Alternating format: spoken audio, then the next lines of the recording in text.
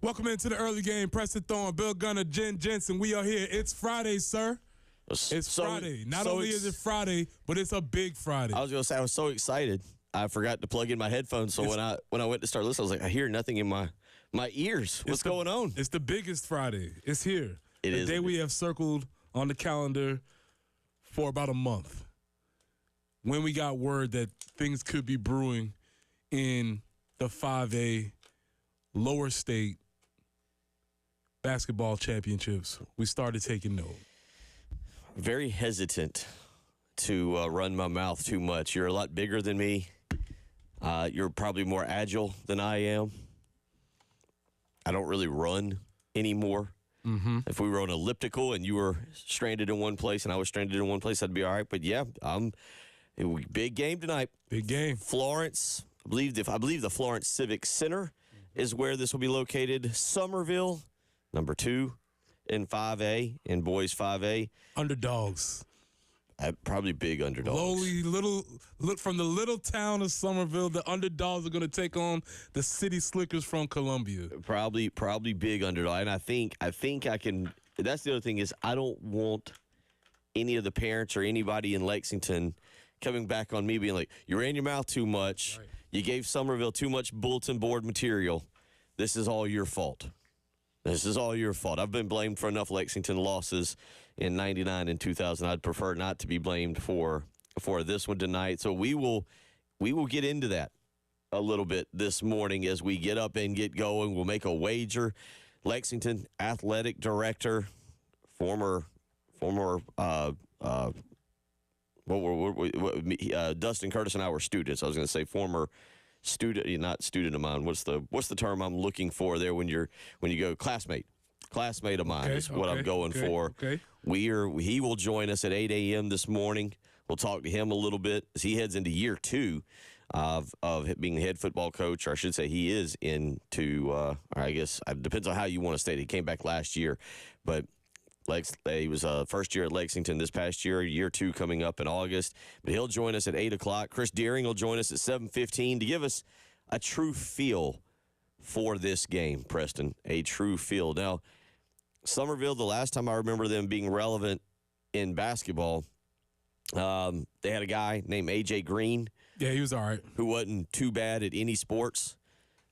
And I believe, and I don't remember the exact I know I was there, but I don't remember the exact year, and I don't remember the exact situation, but I believe Somerville hit almost a half-court shot, if not further. No, it was actually even better than that. And it's a really awesome story. I might have some audio for us to play a little bit later. We can play that when Dustin's coming in. But it was a story, and it was a tribute to Louis Mulkey, who was killed in a fire. He was a firefighter. He was an assistant coach for the team, and the season was dedicated to him.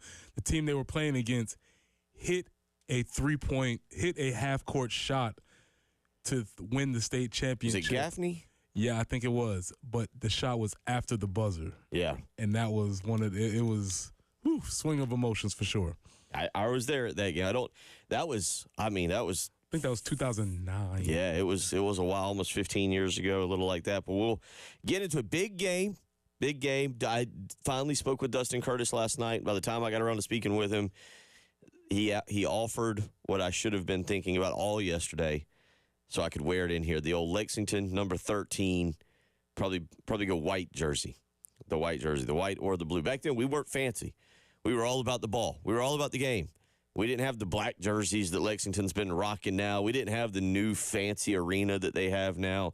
We didn't have all the pyrotechnics. We just ran out to some DMX. We did our thing. We played for a state championship in 99, lost to Ed Scott and Roe Howell and that whole group. But in 2000, went back and defeated Tymir Zimmerman and Marlboro State. Took home the championship. So that's my history. You went to the baseball diamond. Yeah. Spring was strictly for baseball. We never made it that far, but we would cheer them on.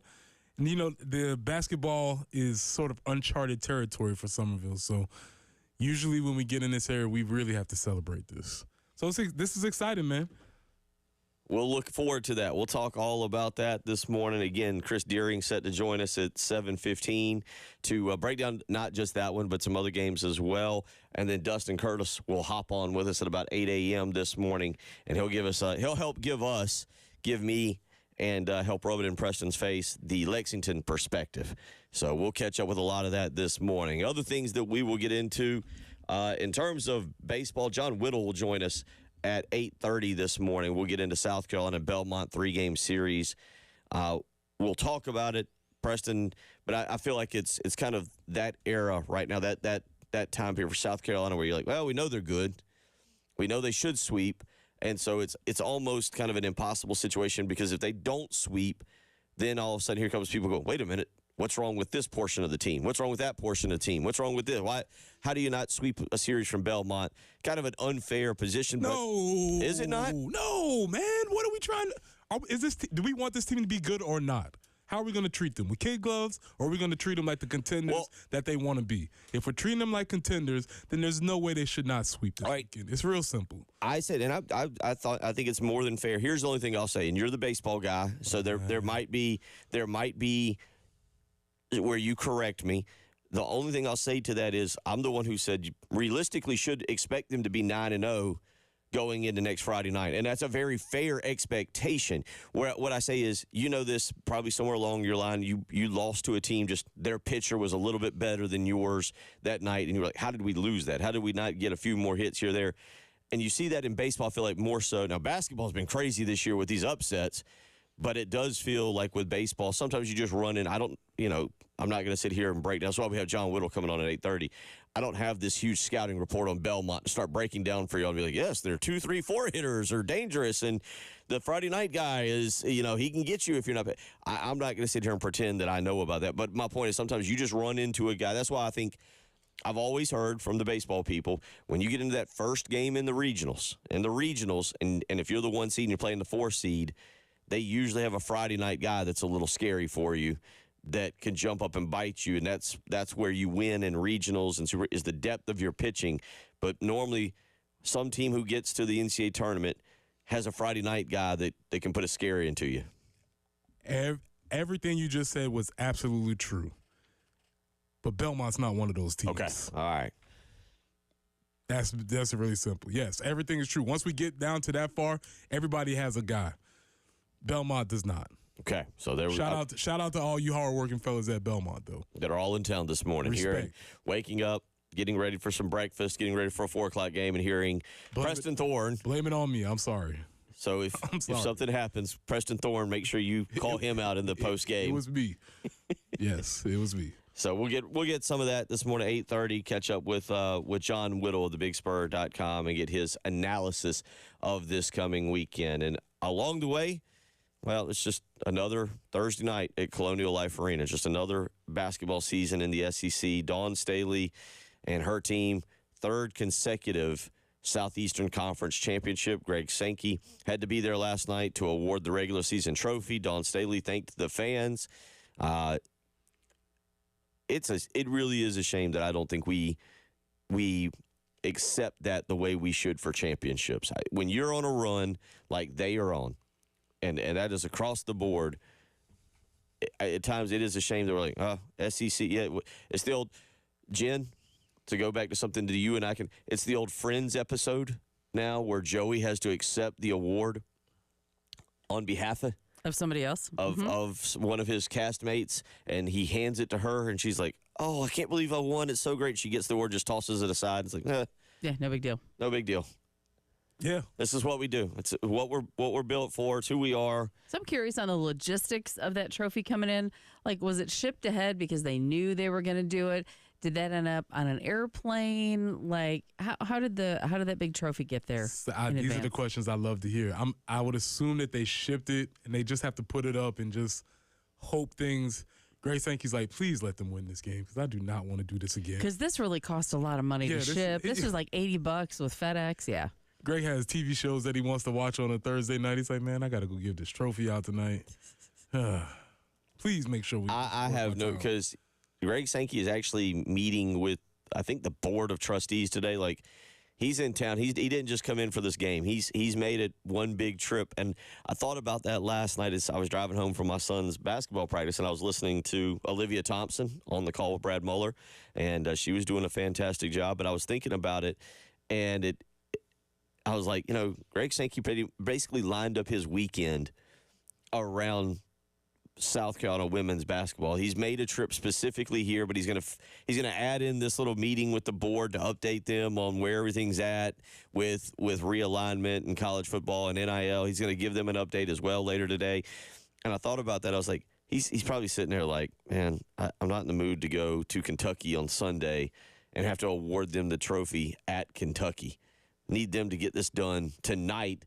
And you wonder if the referees, every once in a while, he would just kind of make sure he got in their line of sight for the referees to be like, hey, we better make sure the right call. But, of course, by the time we cut it on, you could have been playing without referees. It was irrelevant. It was like a 19-point run at the beginning of the game. Okay. Mm-hmm. Yeah. So we'll talk some championship. We'll talk some championship. A lot of championships to discuss today. I see the text messages. 803-404-6100 are rife with haters this morning. Just opens it. It's so hard to be from Summerville. Jonathan weighs in and said, Summerville already got sent home by one Lexington District 1 school this year. It's true. White Knoll crushed your feelings as well. We'll get into it. I'll try not and get. I should have, if I'd have found my championship ring, I guess I should have worn. Actually, I know exactly where that's at. I should have come more prepared. That's really just also some of the storylines of this program in particular. I should have had my Wildcat jersey from 2000. Should have had my championship ring on this morning, which actually doesn't fit anymore either. 803-404-6100. We'll get out to the Love Chevy phone lines when we come back. Get another expert opinion. You're listening to Bill Gunner, Preston Thorne. She's Jen Jensen. It's the early game.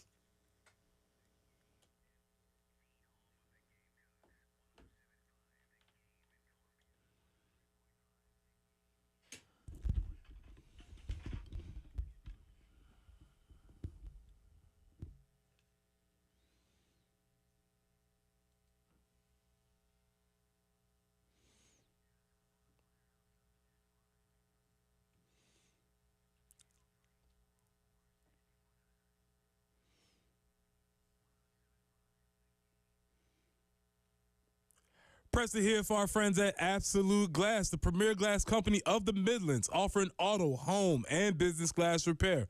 So if your glass is damaged, shattered, cracked, or broken, they can handle the job. If it's a cracked windshield, that's no problem.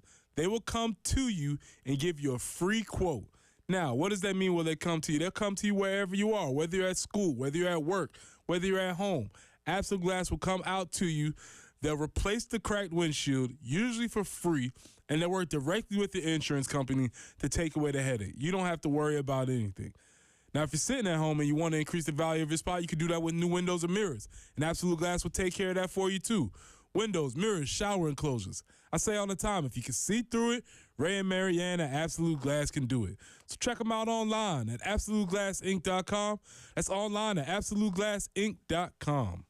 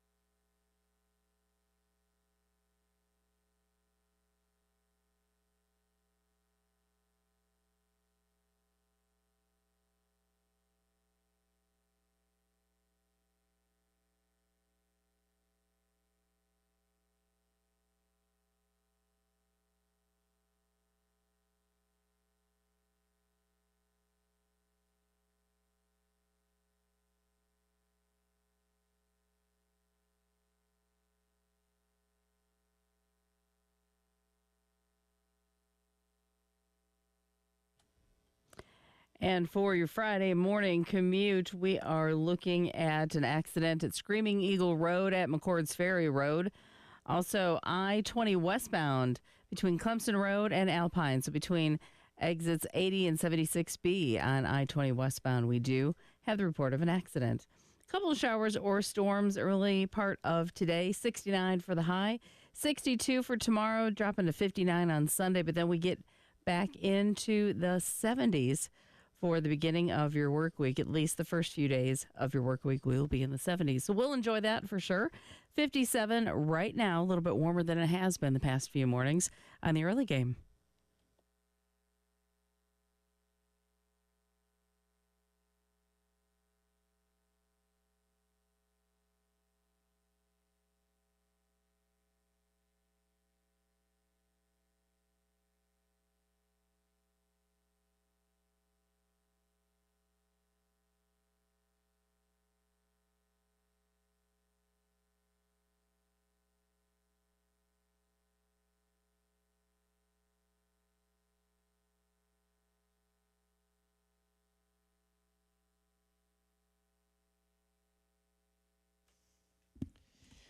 It's hard to agree with Clemson fans sometimes, Preston Thorne, but I think in this instance, your buddy John from Somerville, I think you have to agree with him. You have to agree with him. I don't. He says the Green Wave are going to roll over Lexington tonight. Somerville by 50. My guy. Put it on the billboard. Mm-hmm. Put it on the billboard. Get it on the bus on the trip down to Florence tonight. Let Lexington know. Let the boys know what Somerville thinks they're going to do. I'm going to go with highly unlikely. Highly, highly unlikely. I actually am so confident in Lexington tonight that I'm really not even concerned. That's why they play the game, boo. They do play the game just to prove out what we all think. 803-404-6100. Let's go out to the Love Chevy phone lines. Richie wants to weigh in this morning. Richie, congratulations to you and Seth. Big thoughts on tonight's game. Good morning, guys. Happy you. I don't know where and what John did last. Not like he had a good time. If he is thinking that it is going to be a 50-point win by the Green Wave, hopefully he takes on Ashburn this morning and he gets back on the road. Happy Friday to you, man. It's going to be a great day. Championship right there. One more step towards hopefully a state title for the Lexington Wildcats. 56 here on my dashboard. Only thing I can make it better, guys, if it was a sunny 69 today, we're taking a full day off to go down and play golf before we went to the game tonight. But nevertheless, we'll take a half day. We'll make our way down this afternoon with the family. I told you guys back on, I think, January 3rd or 4th, I'm not real sure when it was, the morning after Lexington went down to Somerville and that little crackerjack box deal they got down there. Again, very evident that the money goes towards football and baseball. But I told you we were leading up to this, and Preston, you're exactly right. It's going to be an exciting game tonight. Actually, thinking back to 2008, the last time Somerville won that title, they ran a couple, news articles in the local media down in Charleston this week. It was actually like a three-quarter court shot. I was actually at the game. Actually, Bill, you know this about me. I had the privilege of singing the national anthem for that game in the CLA for your 2000 championship game as a courtesy to Coach Harris and the team, and was actually sitting pretty much close to courtside, and it was actually like a three-quarter court shot by Zycoria Robinson. I watched the article last night, and it was so funny to see the officials huddle up and the anticipation. And Bill, you know him, and maybe Preston, you too. Jody Moots was one of the officials. He's a local legend in these parts, and I remember him. I saw him recently, and he said, "Yep, I can remember us huddling up and saying, boys, I really don't think this was. I don't think it was a basket. We're gonna make this call, and we're gonna run as fast as we can off the score." He said that before. Yeah, and that's exactly what they did. But you know, it brings back a lot of memories. I actually talked with Coach Newman, who was a coach of that Somerville team this week there, and brought back a lot of memories of Coach Mulkey and this the whole season that they had. And so It's going to be interesting tonight. You know, the girls played a game right before.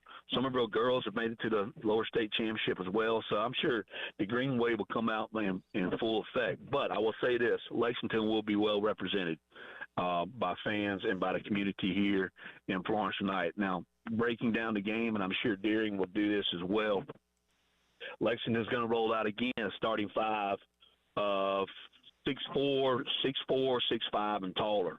And just as we've made our way through the season and made our way through the playoffs especially, Bill, you know that's tough to deal with, right? Whenever you have that length on the floor for a high school team, a starting five, and then you bring out some guys off the bench that contribute. Cam's going to get his. Cam Scott's going to get his. I'm sure he's going to come out and look for his shot early. It's really going to come down to the supporting cast. Jackson Prunty has come on this year and really been steady. Caleb Evans is also a junior on the team, one of the starters, the only starter that is a junior on the team. And he will provide the point guard. So it's going to come down to that supporting cast, and you throw in another 6'8" guy like Caleb Campbell and Coulter Bell and some of the other supporting guys. It's going to be a great game. Somerville's got some very athletic, right? Of course, the wide receiver plays for him and is a spark plug for him. They got a set shooter, too, Bill. You can appreciate this, that if he gets an open look, he's got a set shot that whenever we were down in the gym in January, more often than not, it was going in. And then they got an inside presence as well. They're not very tall, but they got some thick guys inside. So it's going to be a great time. I hope a great atmosphere, a great game. Bill, I'm a little disappointed you didn't bring your jersey in. I'm sure it still fits, unlike Preston's jerseys from high school that may not fit. So figure out a good wager, and let's go Wildcats. Appreciate it. Yeah, a lot of good stuff there. I was thinking it would be a poor idea.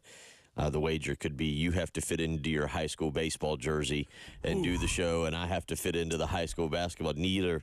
It would be radio, so not everybody. You'd have to go to the live streams to be able to view that. But, yeah, that would be a rough one right there. I saw a picture of me playing baseball the other day, and I had like a defined waist, and that was wild. I was like, wow, check that out.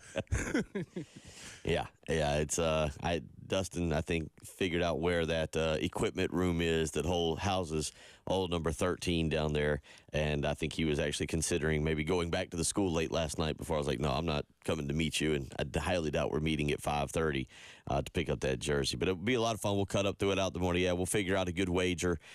Given that Jen is maybe the official referee of this, maybe she'll come up with the wager, but we will have one by the end of the program. We'll talk more about not just the Lexington game, but all the other the upper and lower state championship games taking place tonight. Malden and Burns, by the way, over on the upper state of the 5A bracket. And again, Lexington and Somerville, the top two teams in 5A. We'll get to more of that as we roll along this morning. 803-404-6100. Dawn Staley last night collects another regular season SEC championship. She does all the proper things. Thanks to people. We'll let you hear a little bit of that from last night, and we'll talk a little bit about Lamont Paris as well. First time we've been able to hear from him since last Saturday, and I guess he was in a little bit better mood last night. A little time off allowed him to do that. We'll get into that a little bit as we roll along. You're listening to Preston Thorne, Bill Gunner. She's Jen Jensen. It's the early game.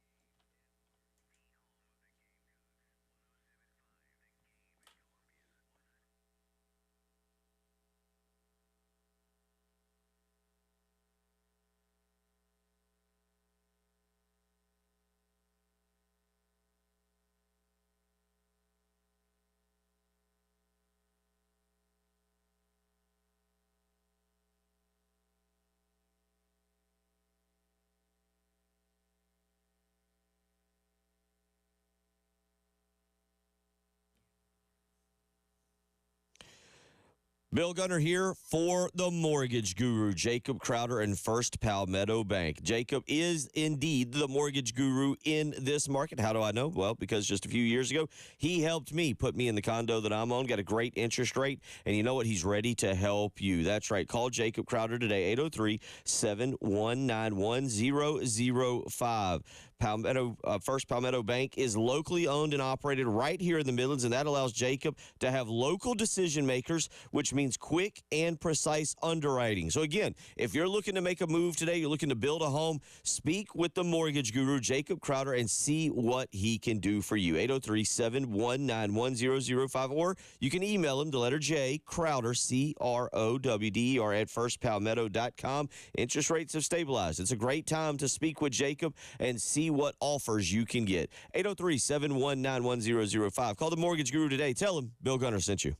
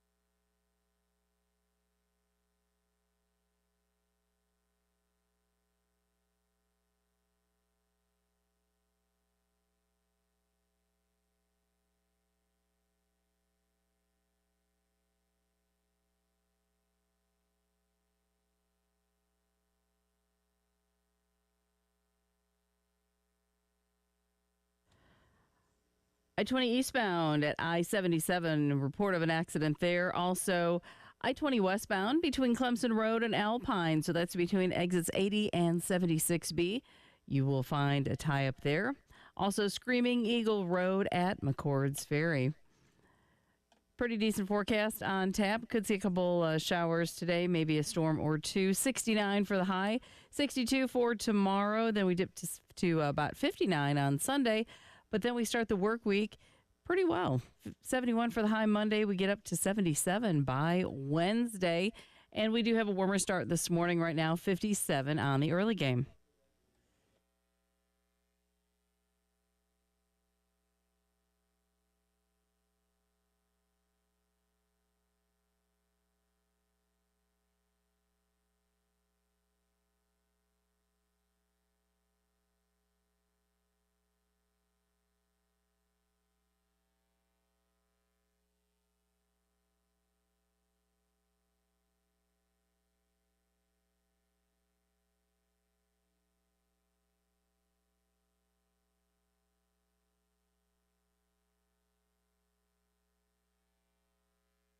.633 as we roll along on a Friday morning. Championship, one of the first of championship weekends. It is always fun. We'll get into why we love high school sports coming up later on in the show. And it is unique, as Richie just was mentioning, the town of Lexington traveling down to Florida. Really, all of the town of Lexington. It'll be a quiet night over on my side of town as everybody travels down to Florence for Lexington and Somerville. And everybody from Somerville travels up to Florence for that game. And that is what makes high school sports unique. And we'll talk more about that coming up later on this morning with Chris Deering, and also let Preston and I give some memories as well. 803-404-6100, though.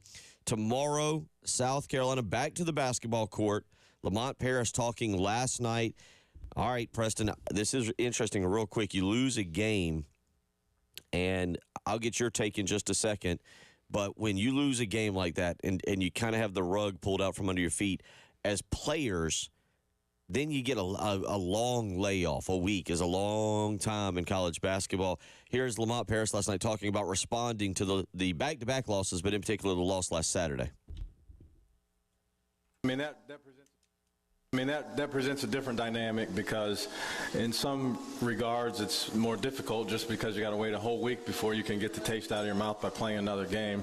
And then, but on the other hand, you got more practices. So, we had a good practice today. We've had some good practices, and guys have been in a good spot. We had our longest video session after that game of all season. I'd say probably at least twice as long as any other film session. Just there were so many things we had to learn that can never, ever, ever happen again. And so, but we've had a good week of practice. Today was really good energy. And so we'll get one more tomorrow before we take off.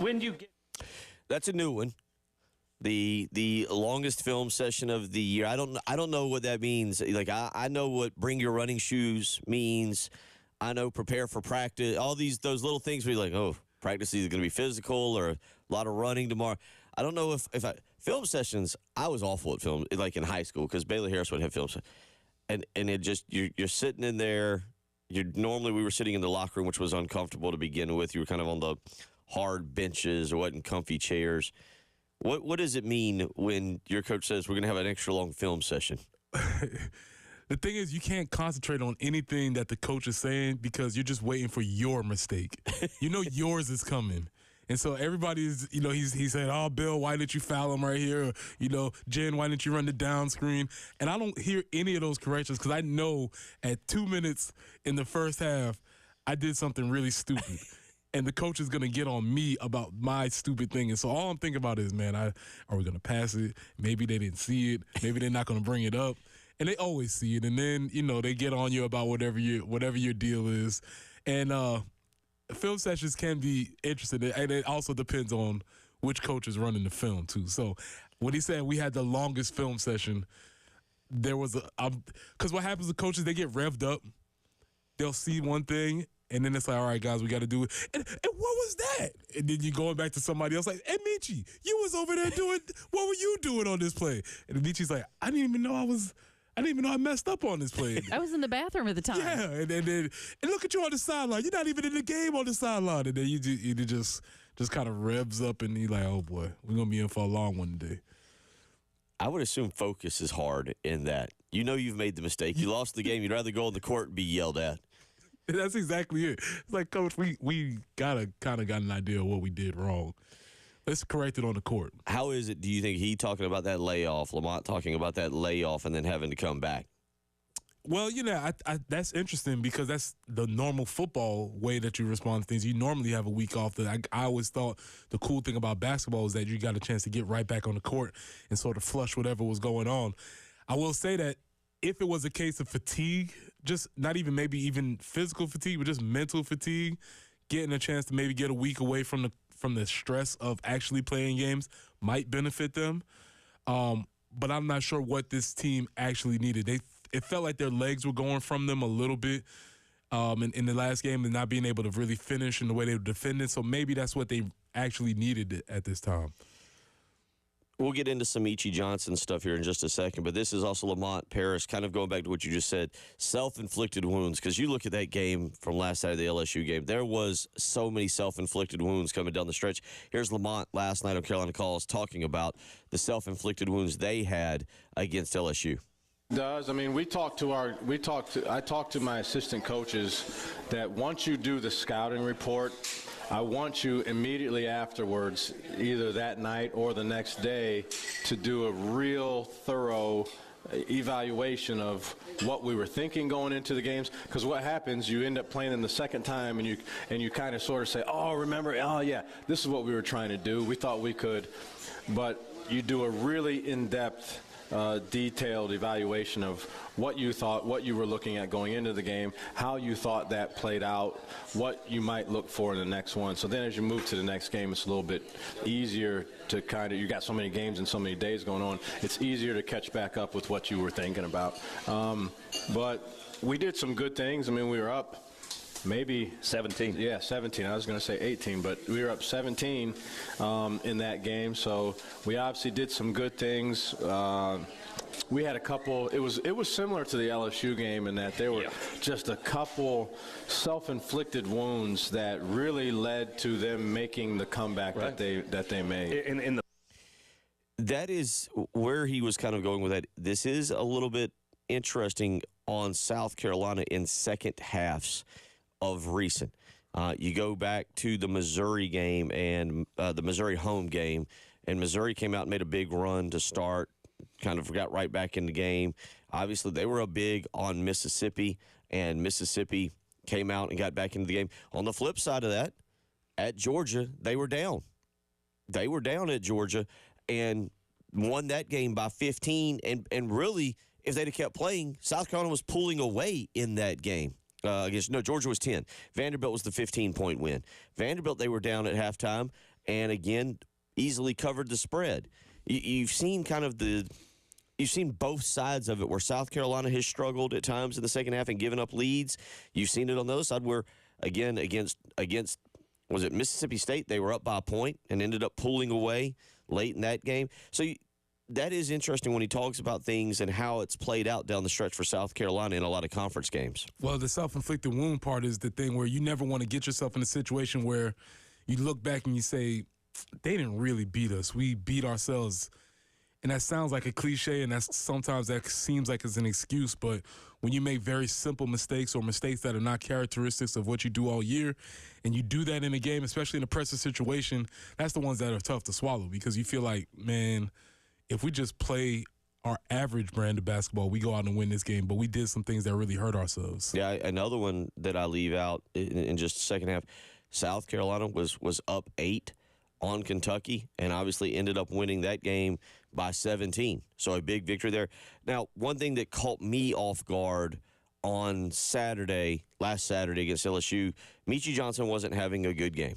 He was 0-4. He wasn't having statistically a good game. But one thing that he was doing, it seemed that he was bringing energy and bringing that swagger.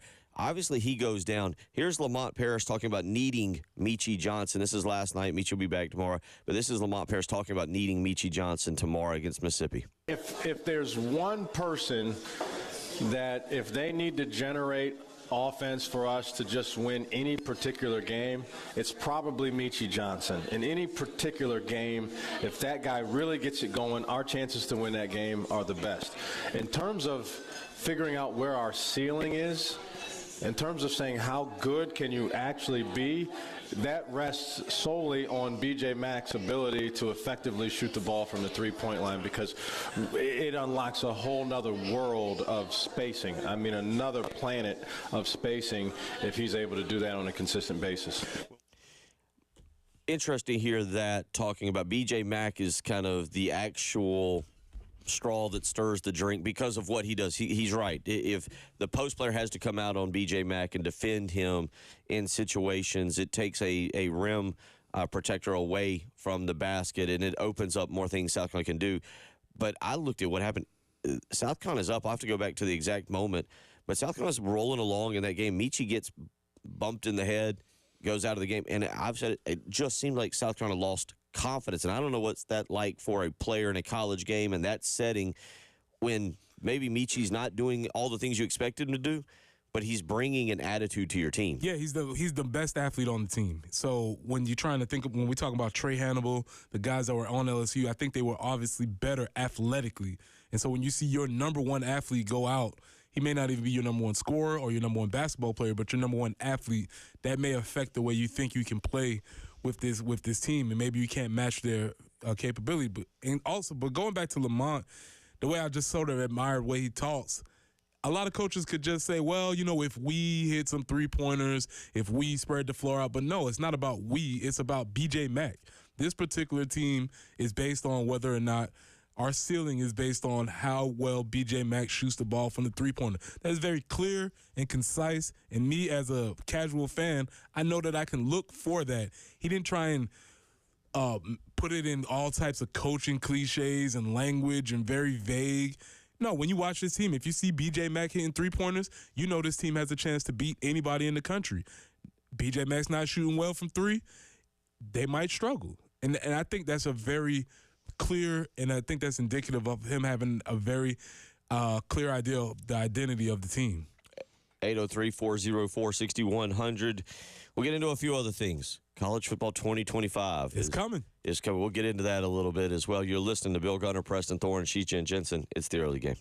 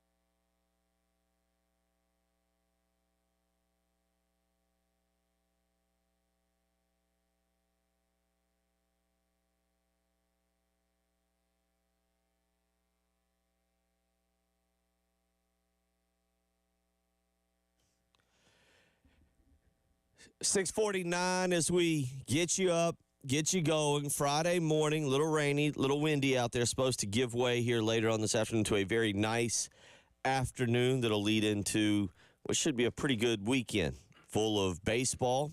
Founders Park, South Carolina, and Belmont today. You can hear that first pitch right here, 107.5 the game, 100.3 the game in Myrtle Beach. Pregame will start at 3:45 today, and then first pitch, 4 o'clock again. You'll hear that right here against Belmont. Shouldn't be a problem. Shouldn't be a problem getting that off the ground up and running and getting that game in. Tomorrow, the baseball game will be 1:45, and it will air on ESPN 1320. So listen here to what I'm telling you. ESPN 1320 tomorrow for South Carolina baseball. And then 3 o'clock is the pregame for men's basketball against Mississippi. And then the game, actually the tip-off, 3:30 this coming tomorrow. So tomorrow's baseball game will air on ESPN 1320. Basketball game will air right here on 107.5 the game, 100.3 the game in Myrtle Beach. That's how we'll have the lineup for you tomorrow. 803-404-6100. Couldn't have done that without a better timing or segue, because as we hit the break, I believe that was Boomer Esiason. I wasn't really paying attention to who was doing the read on EA Sports College Football 25. Players will get $600, Preston Thorne, and a copy of the video game. I am assuming that you and many of your teammates 23 years ago, 22 years ago, 21 years ago would have gladly taken $600 and a copy of EA Sports College Football. Well, yeah, that was then. This is now. We got $0 previously, so 600 would have been a 600% improvement. Today, you would still take it. There were some conversations to be had, though. But yeah, it's cool. We get a copy of the game. A little bit of spend and change. Yeah, it's fine. Definitely more than we got when I was on the game long ago. Now, did big number 94 get moved? Did some of the ratings get tweaked? And when Preston Thorne played, maybe big 94 was a running back.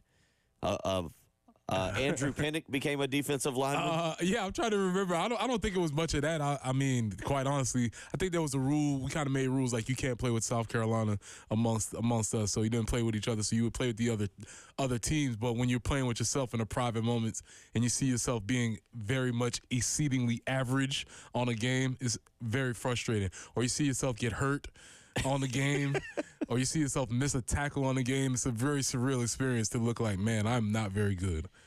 So yeah, it's interesting. But if you're one of the guys who's pretty average, you're probably looking to improve your roster.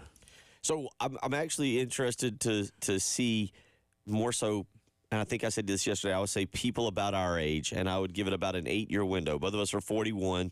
So if you go to 45 to about 37, that kind of 8-year window is where it started. I believe it was Bill Walsh's college football. Was there a game prior to that? Mm-hmm. That was the first college football one I can remember. Okay, there was actually two. I think for Sega. There were 2 college football games. I remember another one that actually had the graphics seemed a little bit tighter, a little bit better. I believe you started off. You'd pick your 2 teams, and then you'd have like a player in the middle, and it'd have like a flag on one side and another flag, and you'd go to whichever one you wanted, whichever team you were going to be. But I'll have to go back and see if I can dig for those. I do have the old Sega Genesis actually set up at the house. You're going to have to blow on that cartridge. You're going to have to plug it in. You're going to have to use witch hazel. I think that was some of the things that I had to use to try and get Sonic to start or whatever you was trying to do. So, yeah, good luck with that. If you're digging out a Sega Genesis, as I said yesterday, be prepared, because this is not the same type of game. So if you haven't played in 8 years and you've been being an adult for the last 8 years and you haven't been gaming, don't think you can just jump on the sticks. Well, because you would get run off. I was going to say, if you're playing 8 years ago, then what you were playing is the last version. The last version was 2014, was EA Sports College Football. Do you know 10 years ago. Can you name who was on that cover? Absolutely not. South Carolina faced him. No. I believe South Carolina faced him now that I say it out loud without thinking. Did we face Denard Robinson? Did Denard Robinson play in the Outback Bowl? Was that? Don't remember.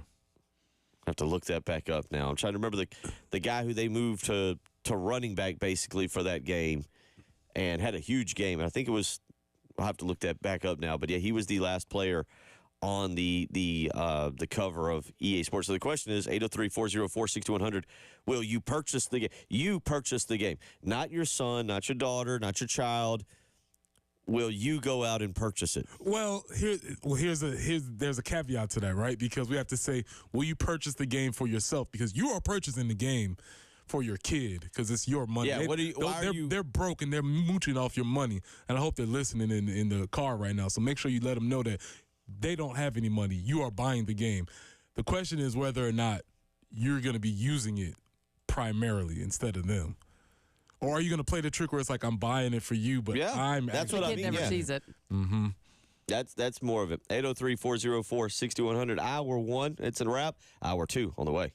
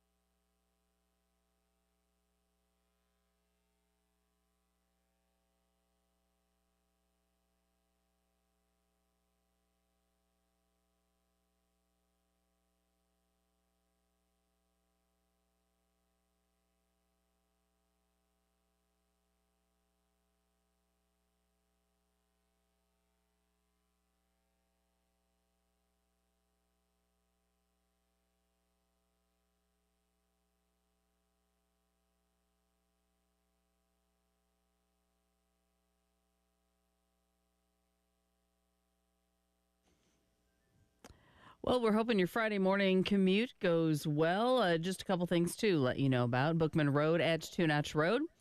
Also, I-20 eastbound at I-77. If you're headed that direction, you'll encounter an accident.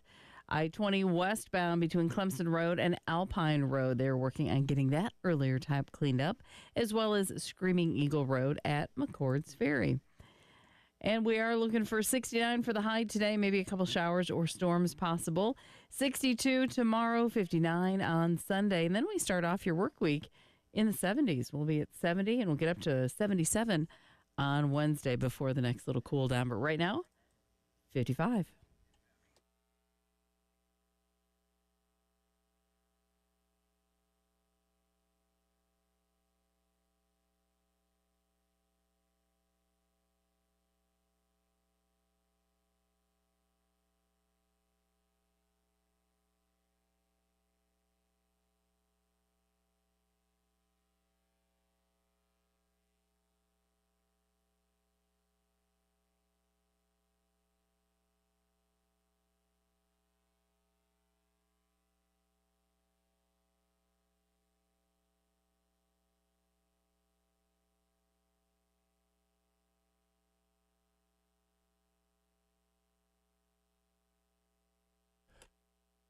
Welcome back in. Preston Thorne, Bill Gunner, Jen Jensen, the early game coming in the 7 o'clock hour.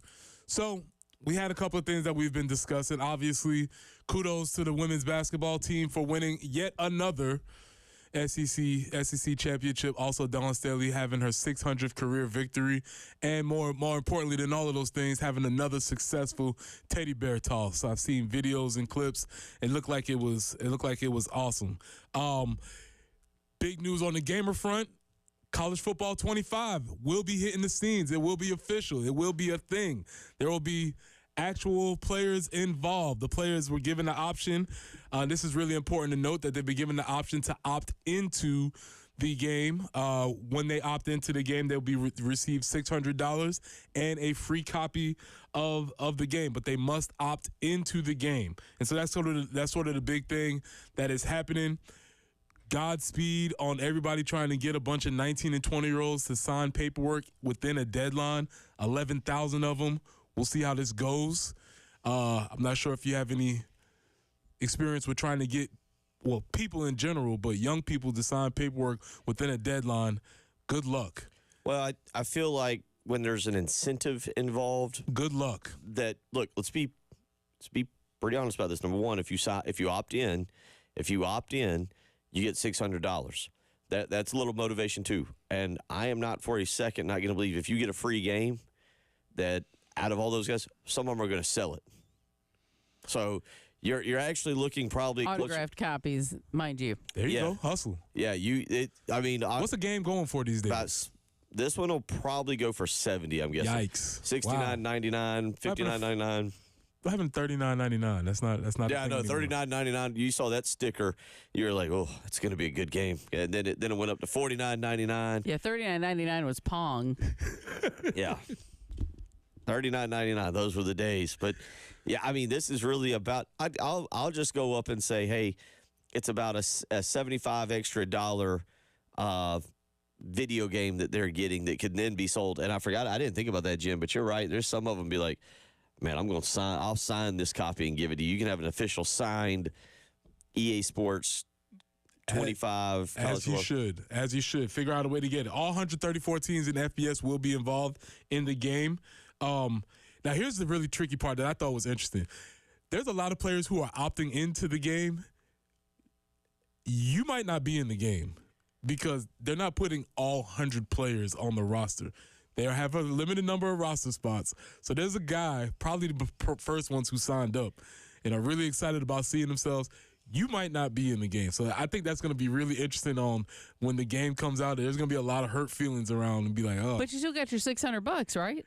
I don't know. I don't know how that works. I think you opt in, and then if you make the game, you make the cut. You get the cut. I think that's how it works. Now, if I could opt in, not make the game, and get my $600, that'd be awesome. The other thing I thought was really interesting is that if you do not opt in, a lot of people were like, well, if you don't opt in, I'll just put them in. Well, EA Sports is putting in a blocker where you cannot manually add somebody who has not opted into the game. Wow. So I think that is really interesting because they're obviously, if a player is not opting in, we're assuming they do not want to be in the game, and so they're not going to let people manually add somebody in the game. So they're going to put a generic player in the game, sort of like remember how the Jordan character used to be in the old games? Used to be like player 99. I think Barry Bonds was going there for a little while with MLB games. It was just like player. So if a player does not opt in, you are not allowed to just manually put them in the game. And obviously, as they're saying up here, the coaches are not going to be in the game. You know why the coaches are not going to be in the game, Bill? They should be, and they should be. But you know why they're not? Why? Because they would command more than $600 to be in the game. You couldn't just say, hey, Shane, here's $600. You want to put your likeness in the game? Be like, I don't think so. You'd have 803-404-6100. Which big-name national coach would be the first to complain about $600? Is it Kirby Smart because of his haircuts?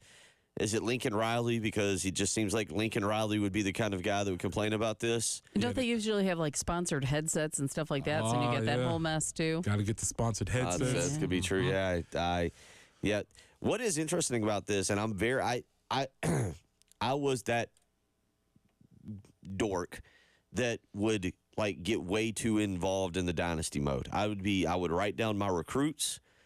I would track everything. All right, I got this guy 3 years ago, and he wasn't developing. I've got 4 or 5-star quarterbacks. I've got this. I would track my recruits to see who was doing well and what recruiting class it would have, and then I'd go even further and I'd have a notebook and I'd track who are the other great recruiting classes, because then like 2 years later I'd want to play them and see what recruit I might have missed on that it turned out to be really good. They're also going to have a component in this game, and I don't really know how I feel about this, but they're going to have a component of NIL in this game.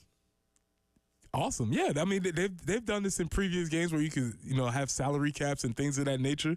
So you're going to get, hopefully get a true experience of what the game is like if they're trying to be as realistic as possible.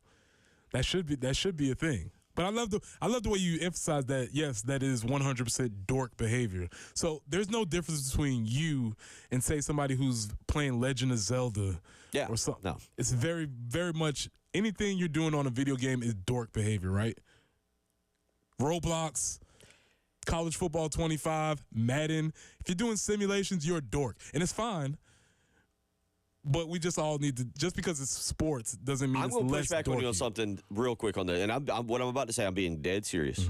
Because I sit down, Austin and I did this, my son, we did this a few weeks ago. I do actually think, much like, was it William Byron who used iRacing? Was it William Byron? He's the one, that's how he started. We didn't have this. And I'm dead serious because I have actually opened up with my son and be like, yeah, play some video game. But, like the way they have things now, this won't work for college football, I don't think. But when you have the Madden franchises or the NBA franchises or whatever it is, you do their dynasty mode. And I actually think this is a learning experience, a legitimate learning experience. If you have to manage a salary cap, if you have to manage, because if you ever tried to do one of, I don't know, again, we didn't have them in the video games we played where you had to actually manage a salary cap.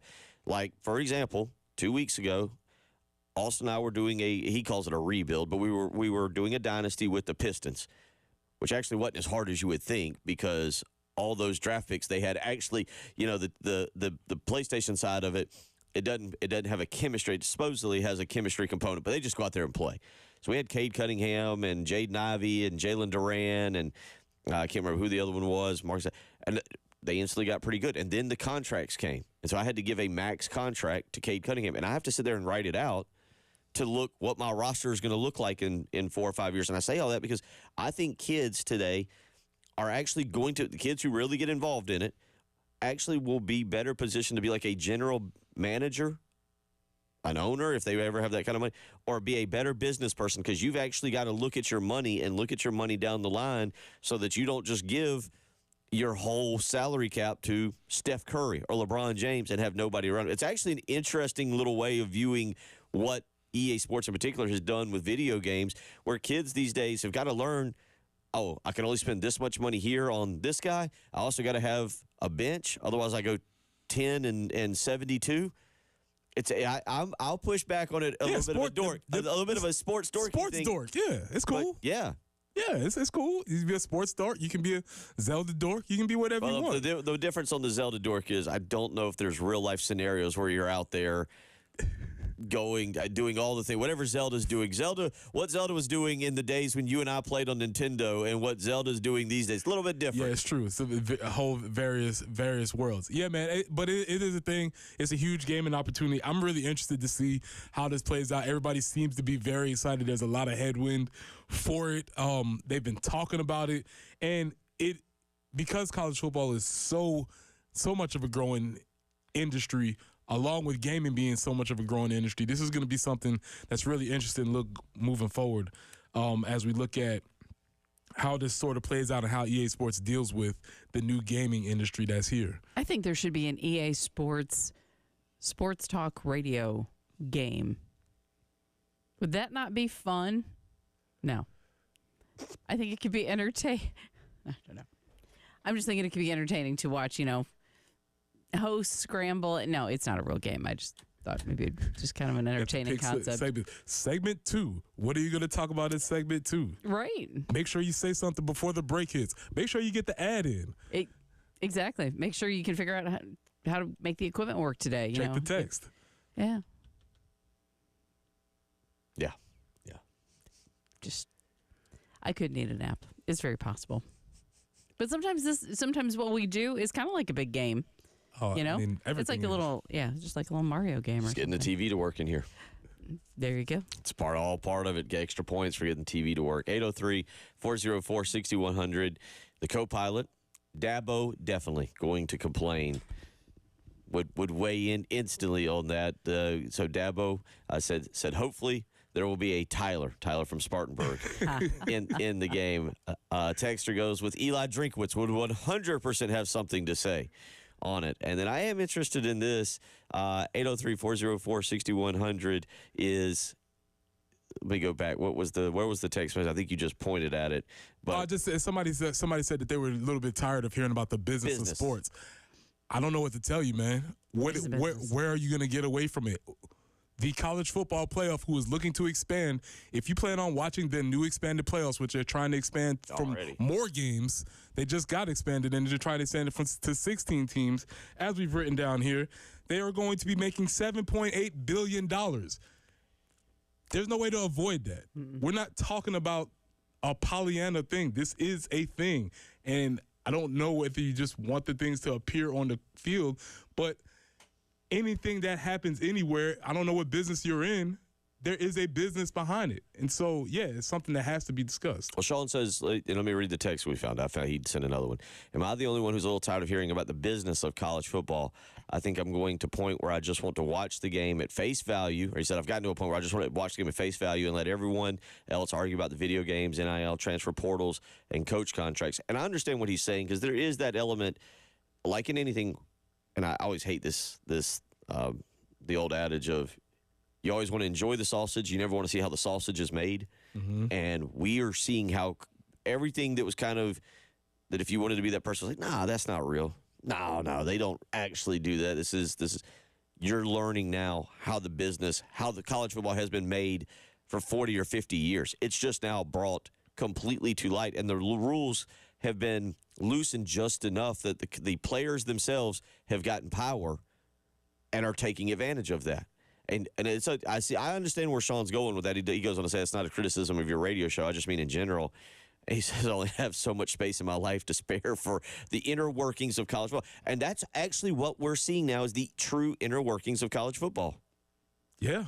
And you've been there. You've seen it. This is not, if you've played it, if you've coached in it, you've had to be an administrator, you've seen it. And then there's a lot of us who didn't play it. We just show up. We pay our $350 for season tickets and your $150 for your parking pass, and you pay whatever it is you pay to go and tailgate, and you go out there, and maybe you pay extra for the seat cushions in your chairs, or you sit on those hard, cold metal bleachers, and you go, hey, this is football. This is the band. The band's striking up again. Beautiful. That's what I love about college football. Ooh, alternate uniforms? Those are great. Those are awful.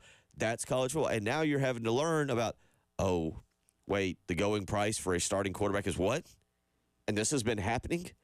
Oh, players could just leave and go play at a school that maybe they find to be a better fit or that they think they can win more at. It's all, I don't like, and I understand exactly what he's saying, and I get it. I'm kind of with him on being turned off a little bit, but you know what? I'll be there August 31st. August 30th, that Friday. I'll be fired up. I'll be talking about what we're going to enjoy food-wise that day, the big games that day. Yeah, I'll be right there. I'll be watching it. 803-404-6100 is how you can weigh in here if you want to do so. Chris Deary coming up next. It is Upper and Lower State Championship weekend, and we'll get back into this conversation as well. We'll go back into it because we got a couple of y'all weighing in as well. 803-404-6100. You're listening to the early game.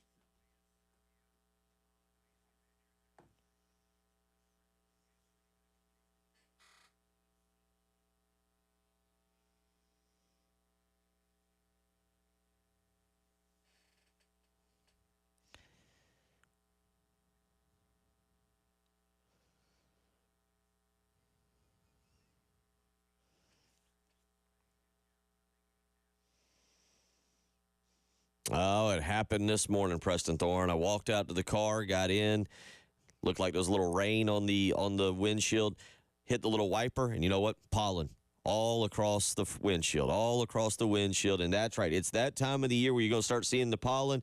And do you know in your home you might be breathing that dirty air? Yeah, that's right. And you might have pollen coming in. It's time for you to get your air ducts cleaned with Zerust Carpet and Air Duct Cleaning. It's the only company you can trust to get your home insanely clean. And right now, if you call Zerust 803-262-4020, you can get $50 off your next air duct cleaning. You just need to use promo code AIR, AIR 50 when scheduling, and you can do that online as well, ZerustColumbia.com. Again, mention me Bill Gunner at 1075 The Game when you give them a phone call, 803-262-4020, and you can get $50 off your next air duct cleaning. That's Zerust. Spell it backwards or forwards. It's the right way to clean.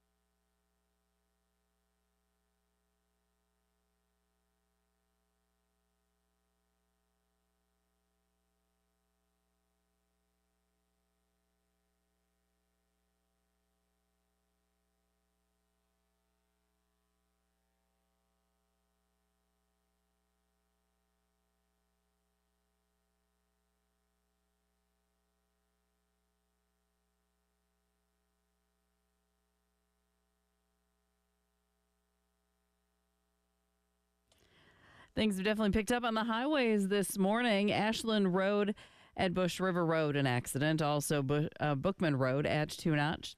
Highway 1 at I-26. Also, I-20 eastbound at I-77.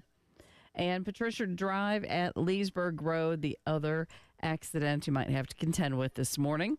A couple showers, maybe a storm or two today. 69 for the high, overnight low of 42.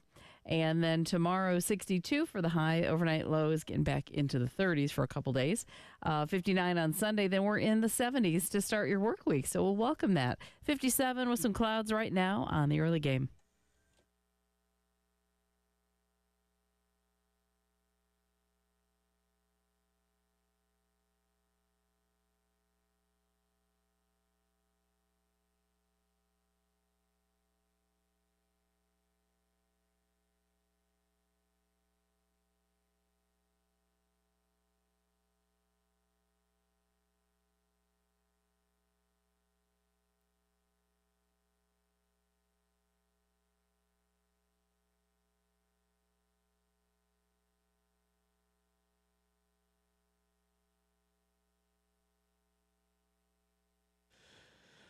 We'll get back into video game discussion because a lot of y'all weighing in. Gamecock fan on our live stream says, can we have a Gamecock Larry in the game cheering? It would be good if you as a fan could opt in and get your...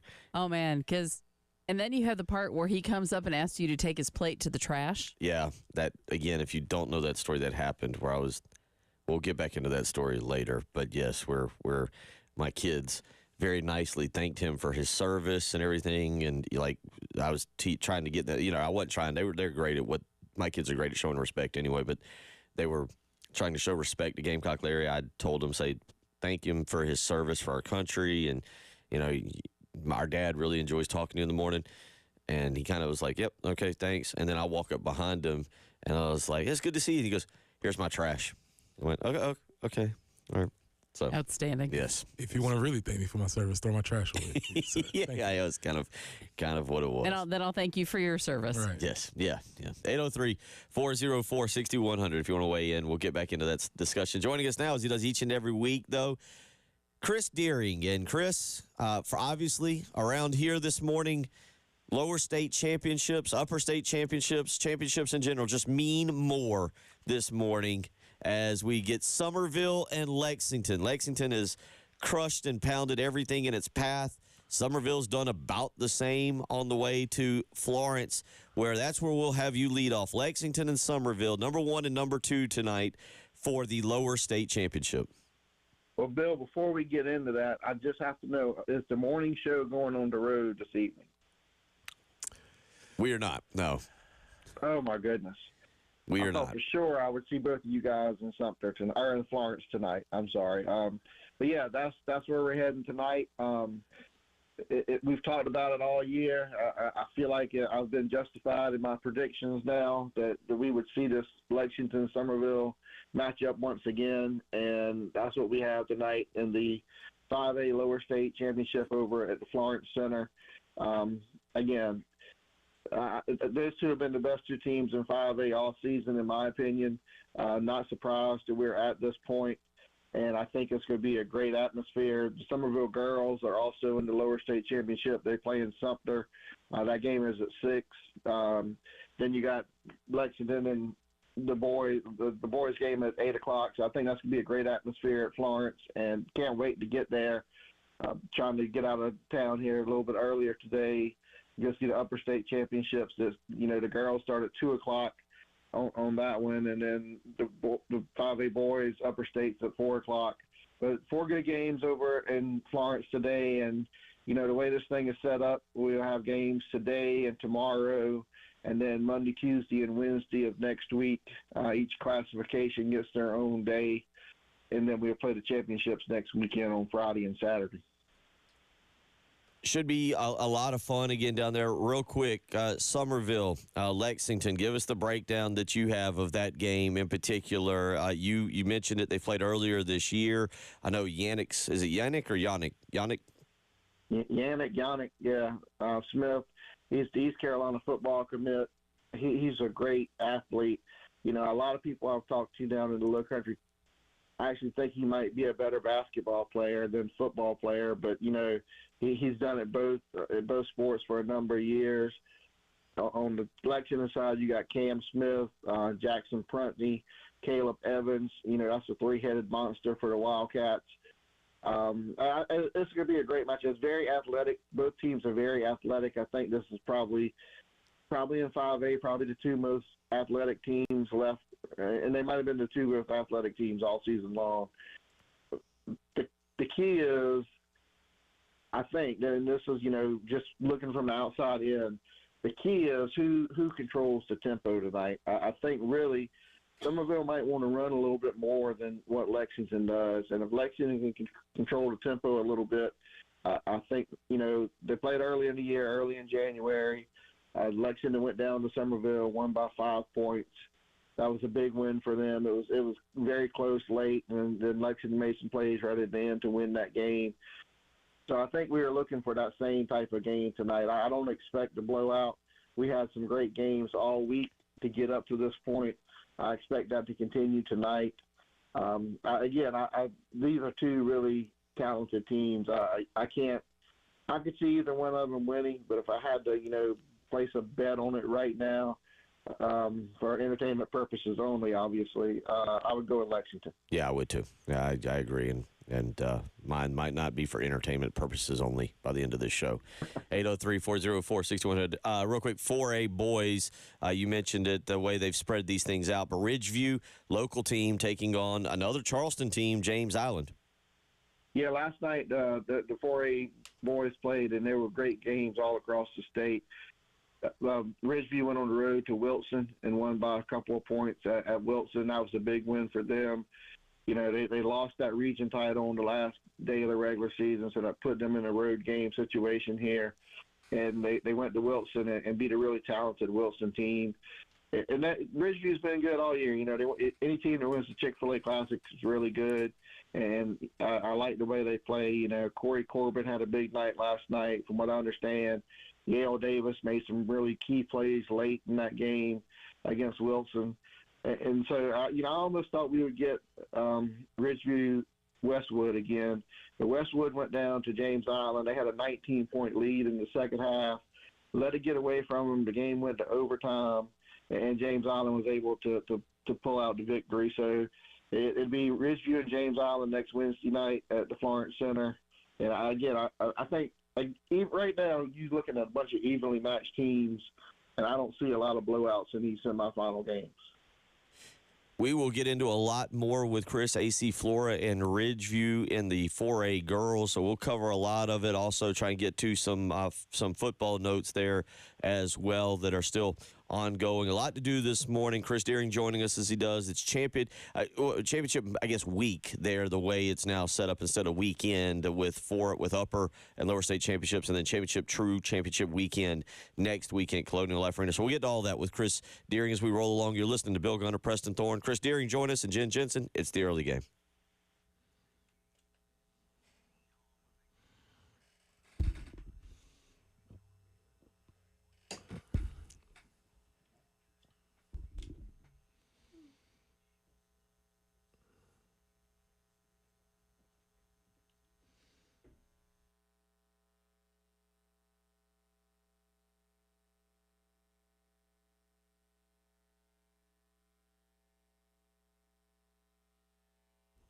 Preston here. Let me tell you about my friends at Integrated Media. We've been telling you all year. I've been on this saying the same spiel, but it's here now. The spring is coming, and you need to get yourself out, get your outdoor setup ready. So you can go with Samsung Terrace TVs. You get those waterproof so that the rain doesn't bother them. You can get Sonos outdoor speakers for TV and music. Wi-Fi that works indoors and outdoors so that you can control all your devices from just one remote, which is my personal favorite spiel. So from home theater setup to adjusting your thermostat or monitoring your security systems from your cell phone, Integrated Media is the company that you need to call. So call Nathan and Michael at 803-948-8327. That's 803-948-8327. Or check them out online at integratedmediainc.com. That's online at integratedmediainc.com.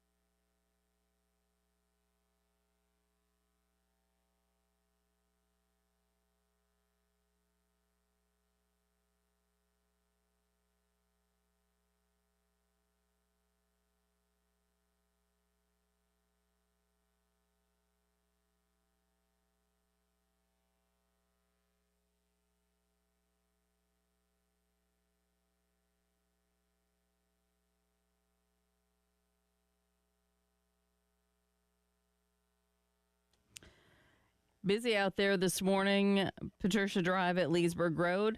An accident. Also, Highway 1 at I-26. Downtown Columbia, you're looking at Divine Street near Woodrow.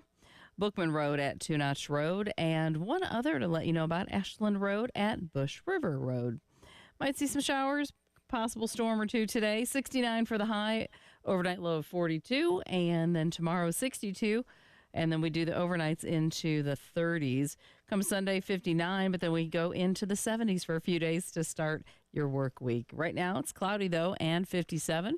107.5, The Game.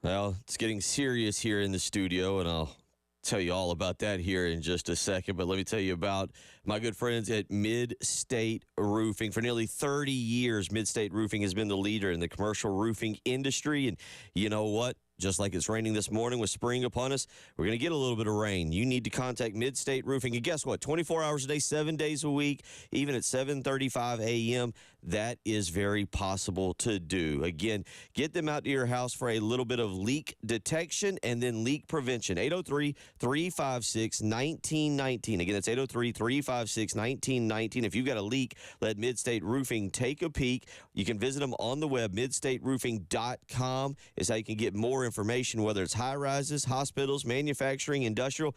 Mid-State Roofing designs and installs bonded systems with a protective guarantee that will keep your operation dry and running long into the future. 24 hours a day, 7 days a week. 803-356-1919. Again, 24 hours a day, 7 days a week. Mid-State Roofing has an on-call technician ready to answer your phone call. So if you've got a leak, let Mid-State Roofing take a peek. 803-356-1919. During the break, Chris Deering, and for everybody else, during the break, I feel a little tight this morning. Back's a little tight. Just kind of feel good, feel healthy. Went outside to stretch. Noticed a bag of clothing that was over to my left side. Noticed Preston Thorne walk around and grab said bag of clothing that was to my left side. And then proceeded to notice Preston Thorne has put on what I can only assume is a Somerville Green Wave Nation sweatshirt from 1998.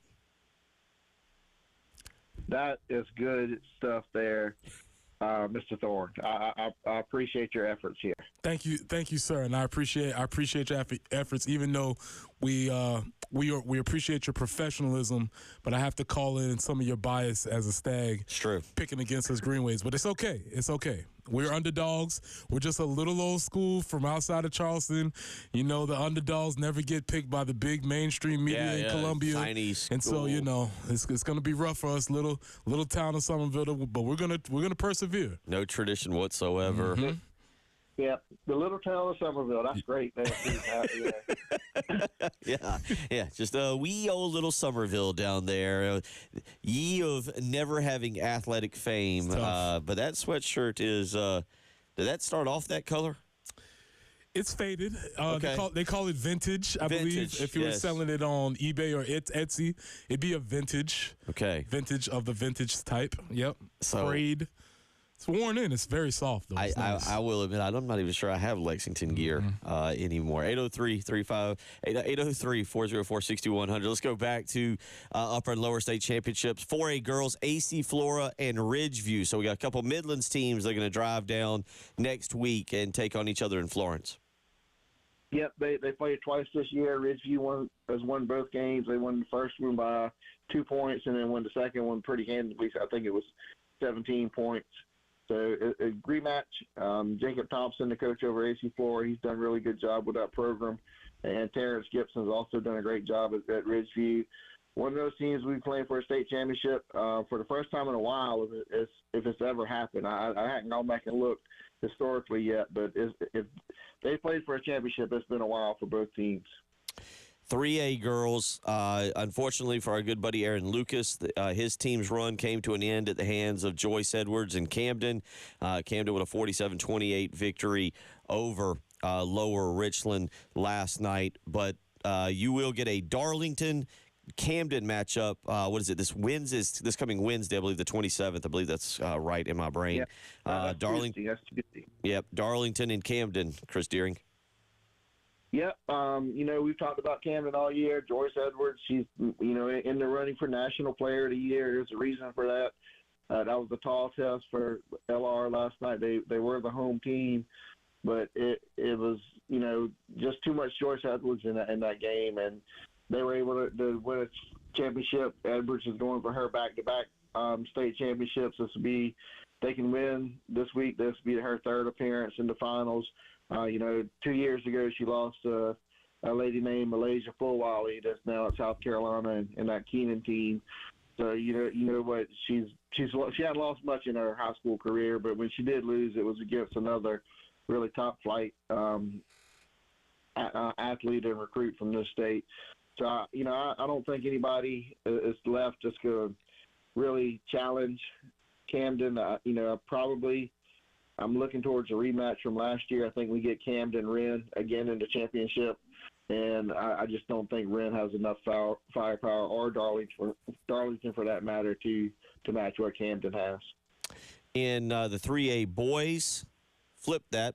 Aaron Lucas, his team couldn't quite get through, but JoJo English, Lower Richland, they get past Crestwood, and they'll get Darlington. Darlington, much like Somerville, another team, actually, and Wren and Powdersville, by the way. Darlington, another team that's got both the boys and the girls in the upper and lower state championships. Correct, yeah. JoJo English has done a great job at Lower Richland. They played number one Crestwood. Crestwood had been number one all season long. The other night, they were able to knock them off. From what I understand, I didn't go to those games, but there was huge crowds at the Diamond Mine over at Hopkins. I expect I expect them to travel to Florence to see the boys play. And JoJo English can just flat out coach. That's the bottom line. He took Sumter to a state championship a few years ago. He's got Lower Richland on the brink again, and he's just done a great job with that program.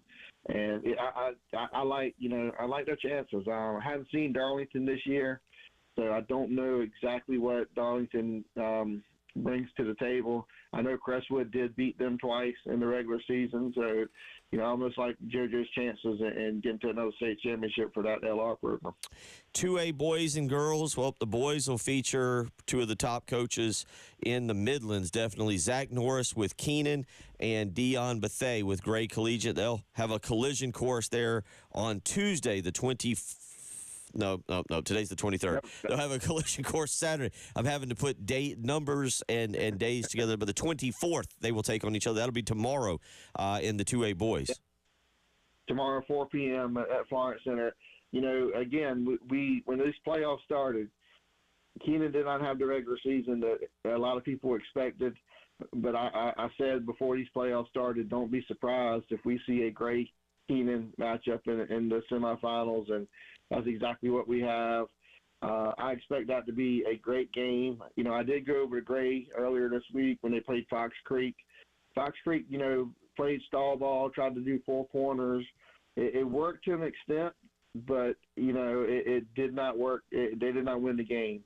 And I don't know what Keenan's got in store for Gray. I think Gray's obviously the favorite here, but again, I don't count out Zach Norris ever in the postseason. He's a coach that he gets the best out of his teams in February, and we're late February here. So I think that's going to be a great matchup. Unbelievable. It's sad that those two teams have to go to Florence to play. And, I know the upstate teams are going to complain about going to Florence as well. But I'd like to see that game here somewhere in the Midlands to really pack it out. But I do expect a big crowd to go down there. And that's going to be a great game. You look at that great team, Trayvon Maddox, Braylon Thomas, the Ellis kid up front. They're really big across the front line. But, Keenan almost can match that with Brian Sumter and Schofield. So, that's going to be just a big-time matchup in the 2A bracket. About 30 seconds with you here, but tonight we get some Skeeza love. The Heathwood girls in the state championship and Cardinal Newman boys. Yeah, Heathwood girls going for back-to-back. They played Northwood in the championship tonight. Lauren Jacobs been really good for them. And then Cardinal Newman, Augusta Christian, I think that's a rematch from last year. And that's going to be, a pretty good game. I think they've played a couple times this year already. And I think both things are really close. So I expect that same thing tonight over at the Sumter Exhibition Center. Chris, we appreciate it. Should be a fun next several days here as we get ready for state championship weekend. It's something we'll definitely preview with you next week as we get fired up for that here at Colonial Life Arena. Nope, they're back in Florence now. We don't play in Colonial Life Arena anymore, Bill. I know everybody wants to, but we don't play there anymore. I did not know that. I did not. This is what happens when you get out of the high school game. Chris, we appreciate it, and we will talk with you next week. All right, sounds good. Y'all have a great weekend. Appreciate it, Take Chris. care. Yeah, that would bring about a rant from me on that with not playing at Colonial Life Arena, but we will save that rant for another day. 803-404-6100. We'll come back. We'll talk a little more basketball and, of course, some EA Sports college football. You're listening to The Early Game.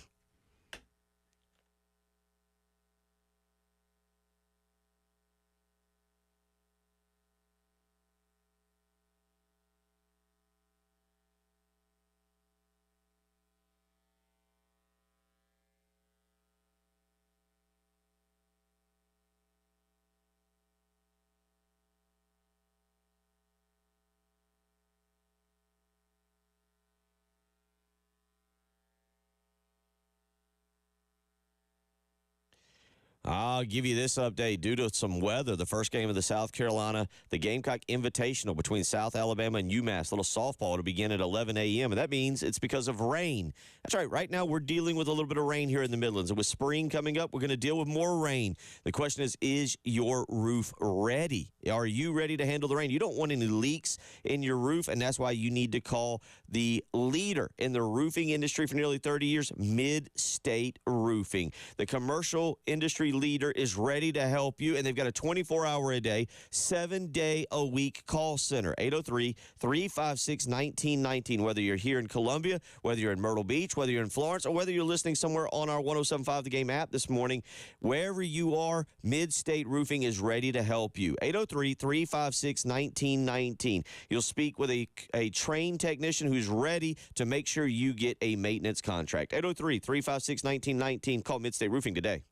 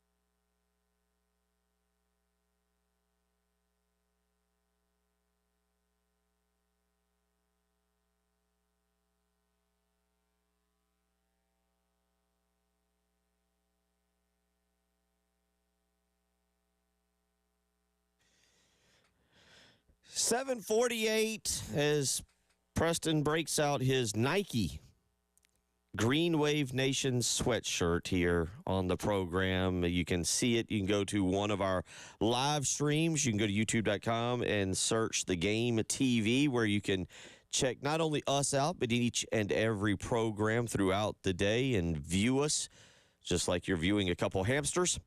Keeping an eye on them, you can check that out. Or you can also go to the early games live stream. Go to youtube.com, search the early game, and hop in there. York, RL, Gamecock fan, Hope, Gamecock Banks, Robin, all in there this morning, cutting up, having a good time. So a couple different ways you can go this morning. Again, go to youtube.com, search for the Game TV, or search for the early game, and you can check out what is now more of like a lemon green shirt, I believe. Excuse me, not lemon, lime. So lime green. These are Somerville colors. Lemon is the yellow. Is it? So is that what y'all wear? Y'all wear lemon and lime? No. Lemon and for the yellow? Green and gold, sir. Green and gold. I think it's more green and yellow, but yeah. I will say this. I've said this for a long time. Somerville's colors are colors you have to be born into to love, because oh, even you're not much of a fan. No. I'm a fan. I'm invested. I could see other people. You wouldn't just choose these colors. If you are wearing Somerville colors, it is a intentional choice. I'll say that. Very similar to Clemson. Okay. Like if you're wearing those colors, like, you obviously are doing a thing. You're doing something. You wear our colors with the Gamecocks, garnet and black. Those are nice colors. You can strong, manly you colors. can wear those anytime. Not purple. If you're wearing purple and orange, you're doing a thing. Just like I'm doing a thing now, the winning thing. Okay, that you made perfect sense on all that. Blue and gold, very manly, very, very good looking colors. Match my eyes. I grew up well in Lexington with that. It was a strong. It was a good location for my family to keep us to coordinate some of the clothing I would wear. By the way, I'll just say this: whoever has the option.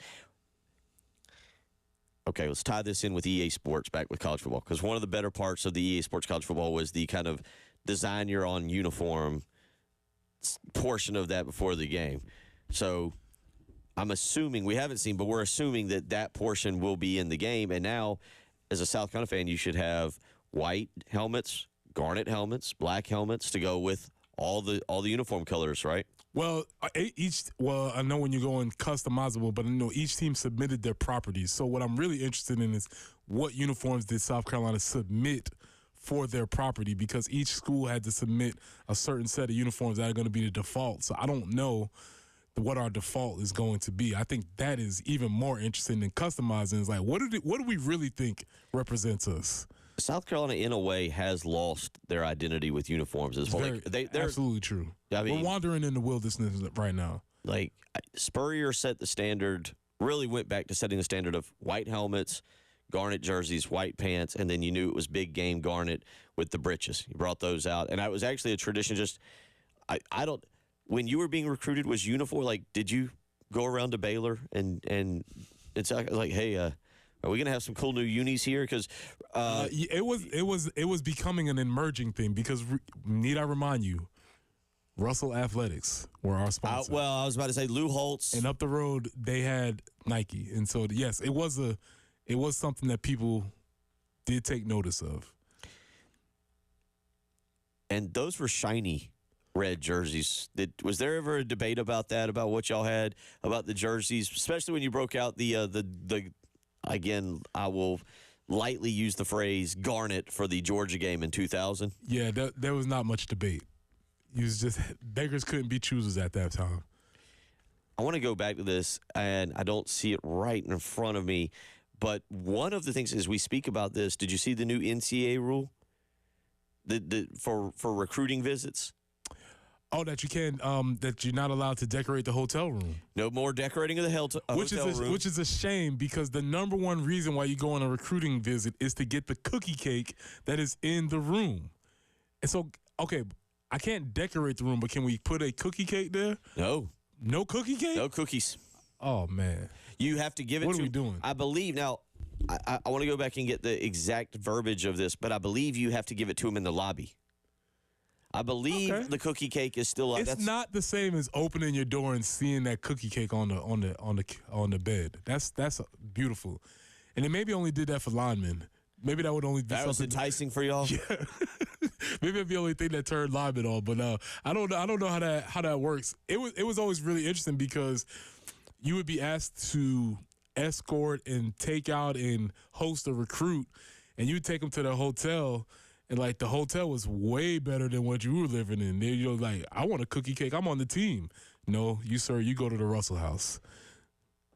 They you get the chicken fingers from the Russell House. The recruits get Longhorns, and you're like, man, this is cool. the other new rule change in this is no more photo shoots. Yeah, I know staffs are rejoicing everywhere because Certain people are. I would imagine Shane Beamer's probably like, oh, we had a good photo shoot lined up. Like we had it done right because he doesn't have to take the photos. He doesn't have to edit the photos. He probably doesn't have to be there for the photo shoot. He's probably like, oh, I really liked our setup. Yeah, the photo shoots were getting out of hand when everybody was taking photo shoots. Mom and dad? Everybody was involved in the photo shoots.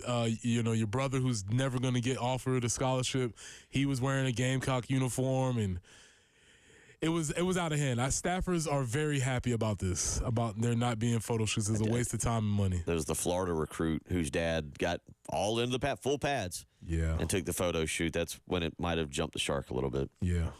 803-404-6100. Dustin Curtis, well, he'll join me in a celebration of Lexington coming up next. Plenty more. Hour 3 on the way.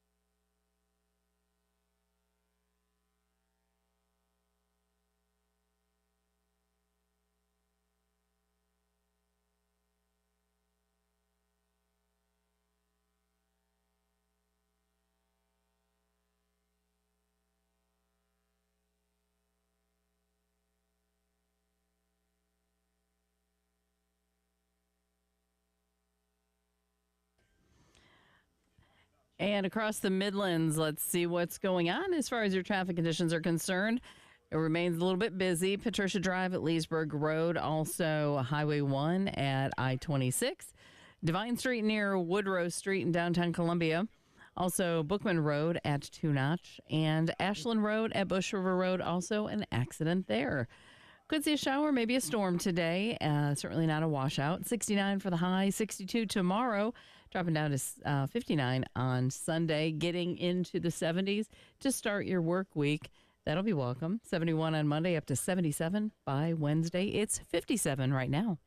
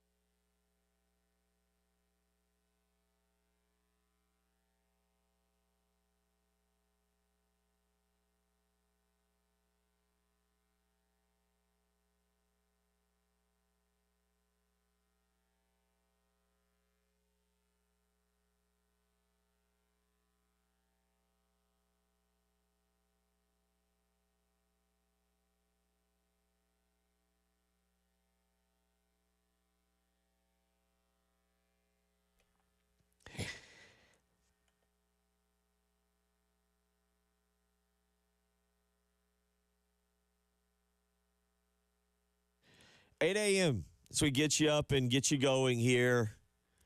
And yes, we have covered a couple different topics.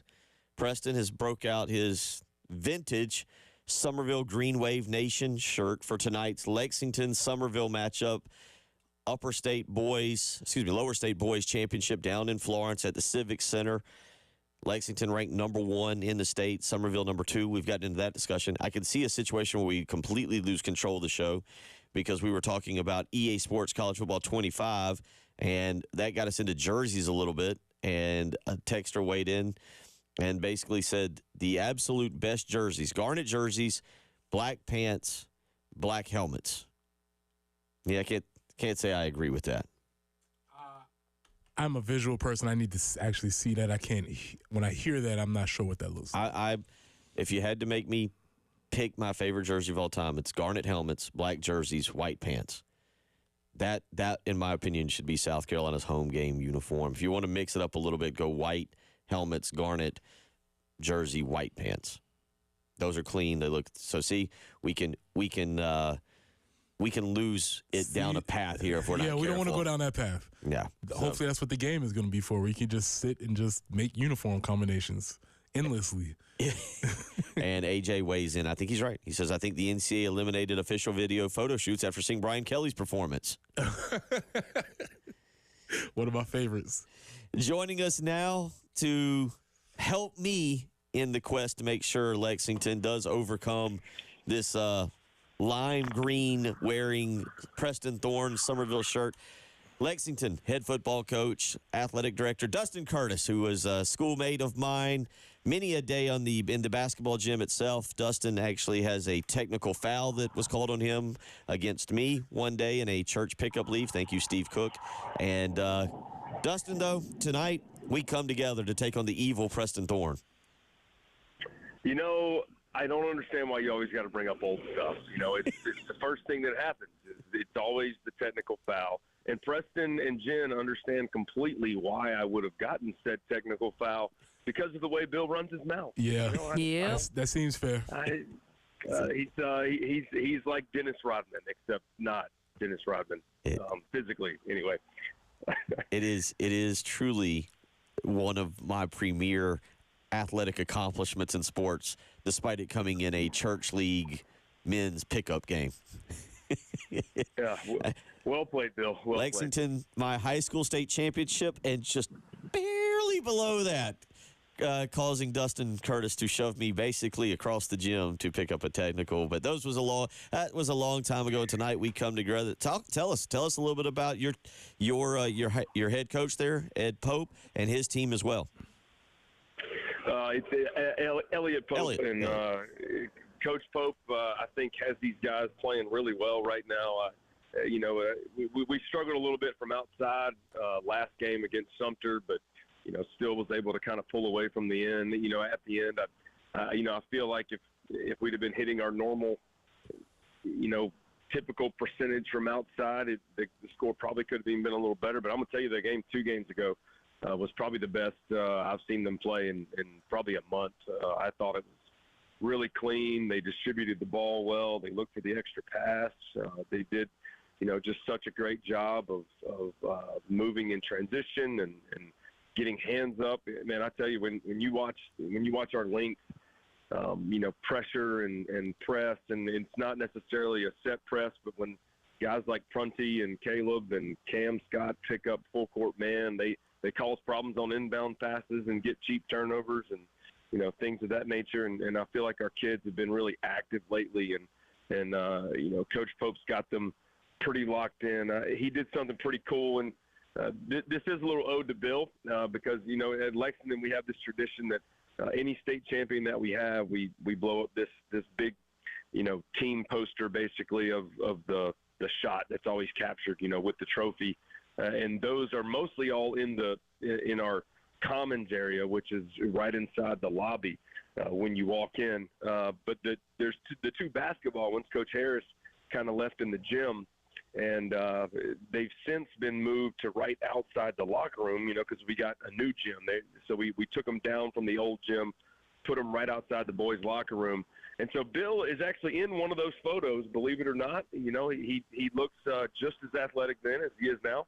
And Coach Pope had the guys all, kind of pick either yellow or blue paint, and they all put their handprint, they put their hand in the paint and put their handprint on the wall. And his motivation, kind of before the playoffs started was, hey, let's put our print right there, our handprint, and that's where our poster needs to go. And I thought that was a really great motivational tactic to kind of get those guys to buy into becoming a part of Lexington basketball history. I will say that's a good one. I've never heard that before. That's a good one. I will say that. Yeah. Dustin, this is Preston. We are friends except for today. Here's the deal. What I would like for you to describe, and you've been in a lot of high schools, can you describe the feeling of a high school when the team is making a run or when we're into a big game? What's the vibe like around school right now? Oh, we actually had like a big Special Olympics event yesterday, and it was basketball. We hosted probably 8 or 10 schools, and a bunch of our basketball players were down there reffing some of those games, and we got all of our adaptive PE partners down there, and a few kids in classes came down to watch. And I mean, you can see the life and the energy in the players right now, especially in moments like that where they're giving back and they're participating in something bigger than themselves. And obviously it's been on our news show and the highlights and the games. And, Booster Club gave away, 50 free tickets to students last game. And, we obviously gave all of those out. So it's a lot of fun. We're sad. We got a half day today, so it's a little bit weird and anticlimactic. The kids actually get out before the bus even leaves. Otherwise, we'd probably have a big student tunnel and things like that. But certainly guys are excited, kids are excited, and I hope we have a good turnout of Lexingtonians tonight. Even though I think I heard earlier that Bill said he was not going, which I'm highly disappointed in. Preston and I both decided to stay away tonight to absorb this game from the comforts of our own home. You don't want anything getting too crazy down there. I mean, we got to remember, this is not exactly the state championship yet. It's more a big deal because it's Preston and I, not the teams. We're making it about ourselves this morning. But with that being said, yep. We feel it's best to observe the game from afar. Well, I got a coaching question for you, Dustin. You've coached in big games also. How do you get your players prepared in a big moment like this? I think the focus has to be on you have to treat it the same. Like once you show up and once the clock starts ticking down for warm-ups, you've got to approach it the same, because if you let the moment, creep into your head and the ramifications creep into your head and what it means creep into your head, all that does is fog things up and put more pressure on your kids. And if you want them to play at their best, you just got to get them to take a deep breath and realize that the court ain't no bigger, the lights ain't no brighter, the rim's not smaller, just because it's the lower state championship. And this is a team that you're familiar with. So you just got to go. You got to play. I think, Coach Pope's got a great plan to keep timeline-wise. This is only about, 30 minutes off from when they're used to playing. So he's going to try to keep things pretty similar to a normal game day for them. And the time of day that we actually play is beneficial in that. So he's just going to do everything he can to try to get the kids to approach today like it's a normal day. And then we can worry about if you win the game, you can worry about what it means after that. Okay, real quick, as an AD, are you more nervous being the athletic director, or are you more nervous if you were actually coaching? Let me rephrase this. That was going to be my next question, because I want to get to this text message from somebody that Dustin will know. Nick, we'll just say Nick S., who is also our rugby aficionado, who's sent me. He has a book for you, by the way, Preston, that he wants to get to you. Appreciate it. Nick weighs in and says, let's not forget how competitive DC is. Dustin Curtis, he says, the one time I beat him in NCAA football, he threw the controller and stormed out of the living room into the bedroom. Sorry, Dustin. I just don't know if we're not gonna keep calling in if it's gonna turn into the all the bad Curtis story shows. I am a very competitive person. My wife won't even play spades on my team. It's true. She'll only play against me because if she makes a mistake, she doesn't want me to give her a look or something. So. Well, hold on. So I want to ask, because I want to hear that. I'm being serious about this question.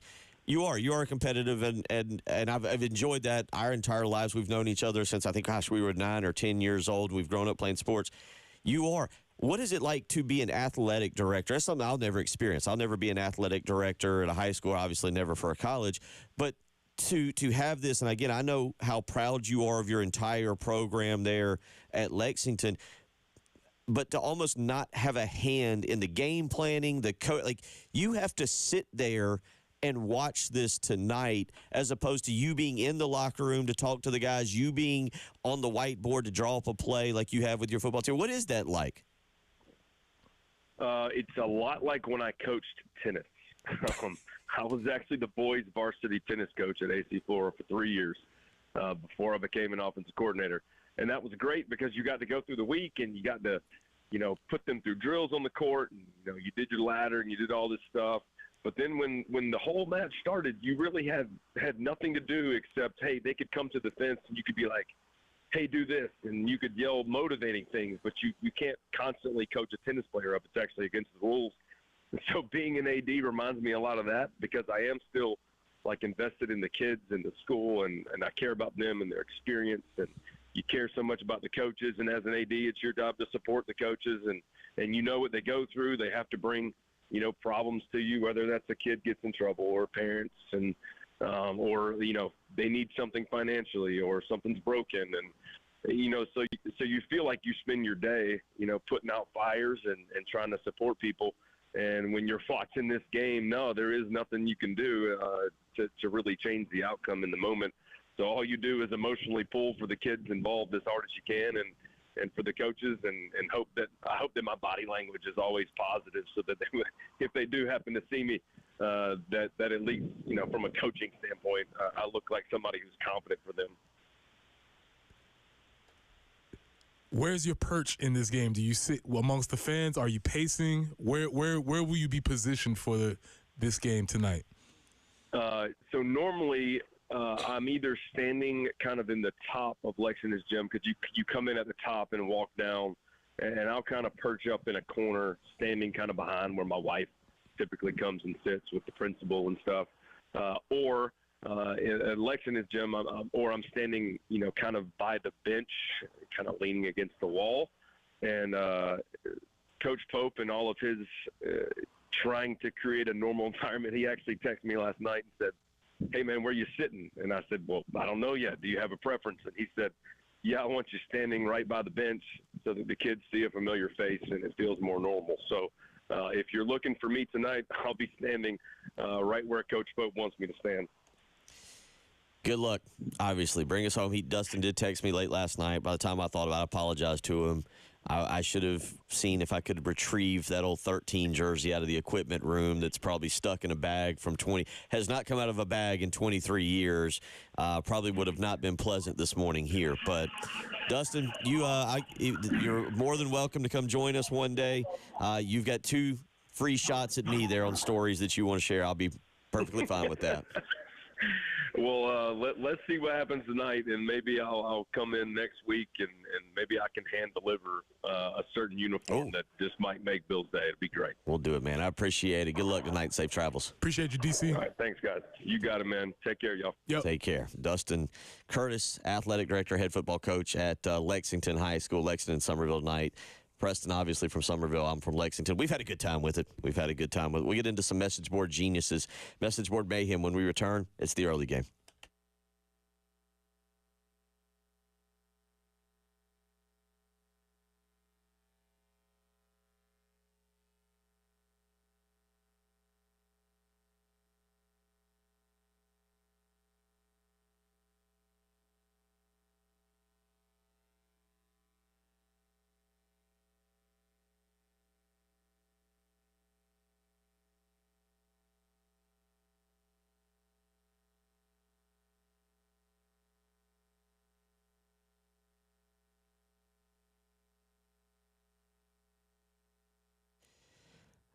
We're just maybe 2, 3, 4 weeks away from some beautiful spring weather, but spring weather brings pollen. And if you have a backyard pool, you know what pollen can do to your pool. But guess what? There's a company with over 20 years of experience in the pool maintaining industry and a pool guru, Tracy Corley with Corley Pool Solutions. Give him a phone call today. Corley Pool Solutions believes in providing the absolute highest quality swimming pool service at the most affordable price to you and your family. And that means flat rate pricing, including all of the chemicals. There's no hidden fees. You know exactly what you are paying for. That's why you need to call Corley Pool Solutions today, 803-445-8109. I know you're thinking, oh, this is a couple weeks away. I got time. Nope. You need to go ahead and start getting your pool maintained today, this weekend. Call Corley Pool Solutions, 803-445-8109.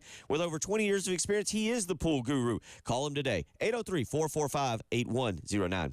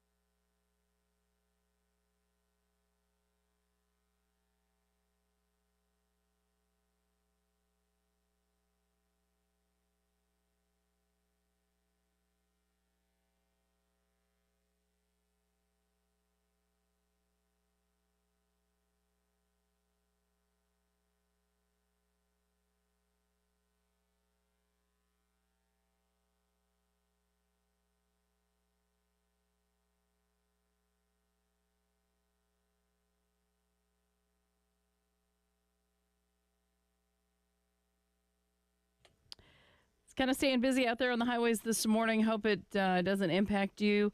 Ashland Road at Bush River Road, that just has gotten cleaned up. But we do have an accident, Bookman Road at Two Notch. Also, Clemson Road at Summit Parkway.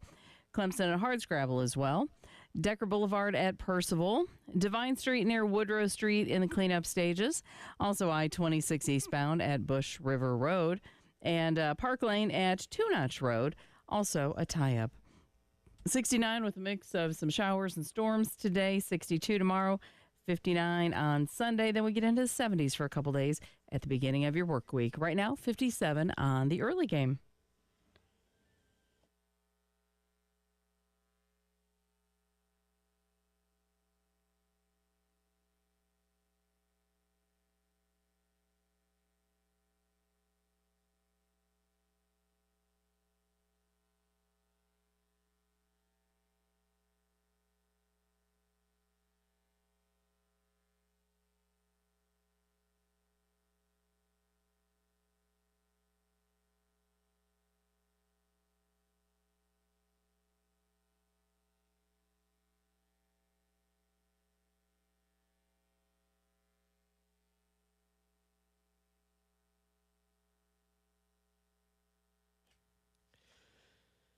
Big thank you to Dustin Curtis. Oh, Lexington side of things. You couldn't get anybody from Somerville to come on this morning? I can definitely call the athletic director, who was my teammate on my illustrious performance when I scored 22 points in the 7th grade as a Somerville Celtic. I can't call Matt Legree. I might need to do that. Yeah, so good to see that our second greatest athletic achievements, mine came in a post-high school church league, men's pickup league, if you will, at Saxagatha Church. Yours came in 7th grade, and so 7th grade YMCA Somerville Celtics. A lot of good stuff going on. I'm not sure if it was my second greatest. I'm hedging. One of my most memorable, I will say. I was on fire. On fire. 803-404-6100. Message board mania. This is where we look at different message boards posts. I like this. I'm going to start with this one because I agree. For what we've been doing with message board mania, I like this. It comes from Hawkeye Matt. Now this is not a crazy concept, but I like it because we've been talking EA Sports College Football 25. Hawk Guy Matt says, wouldn't it be awesome to have the emotional meltdowns that you find on at Board Geniuses into the EA Sports college game? Let's make it happen. I do agree. You're playing, you lose a big game, and then you have to, it pops up in front of you, 3 or 4 message board posts where they're just saying ludicrous stuff about you and your family for your coach, for your coaching guy or girl on EA Sports. There should definitely be a meter that measures how hot your seat is, and they can just in game you can see it heating up as you're blowing the lead, and you just see that meter just heating up, and you're like, oh man. Because speaking of hot boards and message and heating up, according to J. Cole 26 on the Swamp 247, we all know that the inevitable is going to happen, and Billy Napier is going to be fired. With that being said, here's my list of the top 3 candidates. Number 1, Ryan Day. Why wouldn't he leave Ohio State and what he's doing? Okay. Ryan Day. Number 2, obvious choice, Lane Kiffin. Of course. Yeah, Lane Kiffin, obvious choice. Number 3, this is the only one that maybe makes sense, Glenn Schumann of defensive coordinator from Georgia. Did he run out of candidates at 3? See, the big drop off. I mean, if you look at the top list, you go, I think we're gonna go after Ryan Day, down to Glenn Schumann, which respect to Glenn Schumann. But yeah, just the audacity to think that, hey, Ryan Day is gonna give up his gig to come coach at Florida is all what message boards are all about. So that was my favorite one right there. This is from VolQuest, and this is what I think message boards are all about. Saban was the rat on Tennessee. I'm trying to see. I need just a little bit better font there to tell me. This is from Vol, of course. You can't even figure out what that is. It says Saban was the rat on Tennessee. That sick SOB led to insane contracts for coaches and operated differently than everyone, using Mark Emmert as his puppet. Here he is doing his regular check-in with Chris Lowe, complaining about collectives. There's no doubt in my mind that when we beat him on the field and then took Nico from him, he decided to go after Tennessee. And here we are. What a hypocrite. You did this, Nick. You didn't read that properly. It's you did this. That's Nick, true. Because Yes, all caps. It's all caps. You have to read it with the emphasis that it deserves. Yeah, that's total message board. That's the thing about message boards. These people live amongst us. This might be somebody you work next to. You never know who these people are because it's all anonymous. It's really interesting. So yeah, it's always fascinating to see how people are living their lives out, such as Wildcat Mac or J. Cole 26 from Swamp Gators 247. It's fascinating. That one's too long to read. We might save portions of Wildcat Mac not saying that the problem for Kentucky basketball isn't Cal. It isn't Calipari. It isn't the players. The problem is Disney and Vegas because of all the commercials they need. There you go. And he hasn't been doing it. 803-404-6100 is how you can win. I'll also weigh in. This is another just perfect example of message board geniuses. This comes from Indiana. A disturbing thought. A good shooting boys and girls high school team could beat Indiana men's basketball. Yeah, Indiana's melting down. It's not great. Especially, and they're going through a little bit of the same thing. It's honestly tough when your team is not playing well, but when the other team in your state is playing really well, that makes it difficult. And that's what they're experiencing there with Purdue playing so well. It's like, come on, man, we're supposed to be the school here. Purdue bounced back, by the way, last night big. 803-404-6100. That is message board geniuses. 803-404-6100. Vibe check. Going into basketball. Here it is. Going into this weekend. Where are you with this men's team? I've got it. Do I break out the vibe check right now? Go ahead. Get it going into the break. Zippity doodah or zip it up? Oh. How you feeling? One more time with that? Zippity doodah or zip it up? How are you feeling this morning? 5 games to go. All 5 pretty difficult opponents. 3 on the road, 2 at home. Zippity doodah. Are you zippity-doo-dying into the NCAA tournament, or are you zipping it up and everything has come completely unglued? 803-404-6100. Vibe check on men's basketball. How you feeling? Zippity-doo-dah into the NCAA tournament? Zip it up. We've come unglued. 803-404-6100. Send in your text now. You're listening to the early game.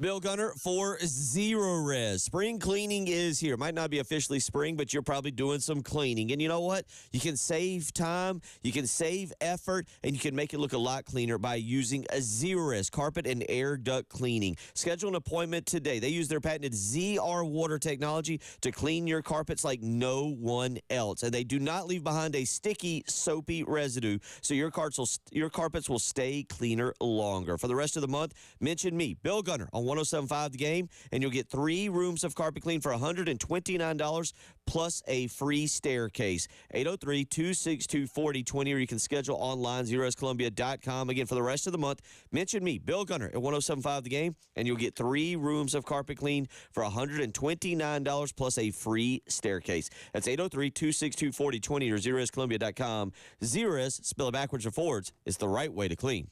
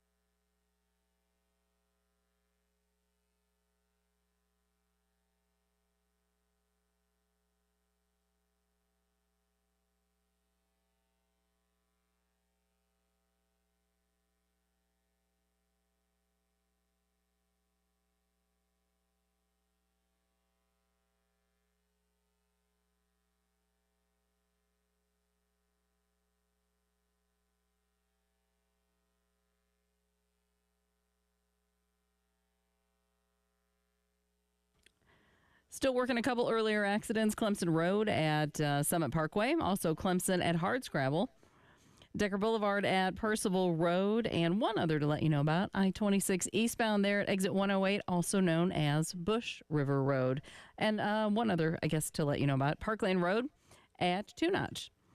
And the forecast, some showers, maybe a couple storms today. Not a washout by any means. 69 for the high, overnight low 42.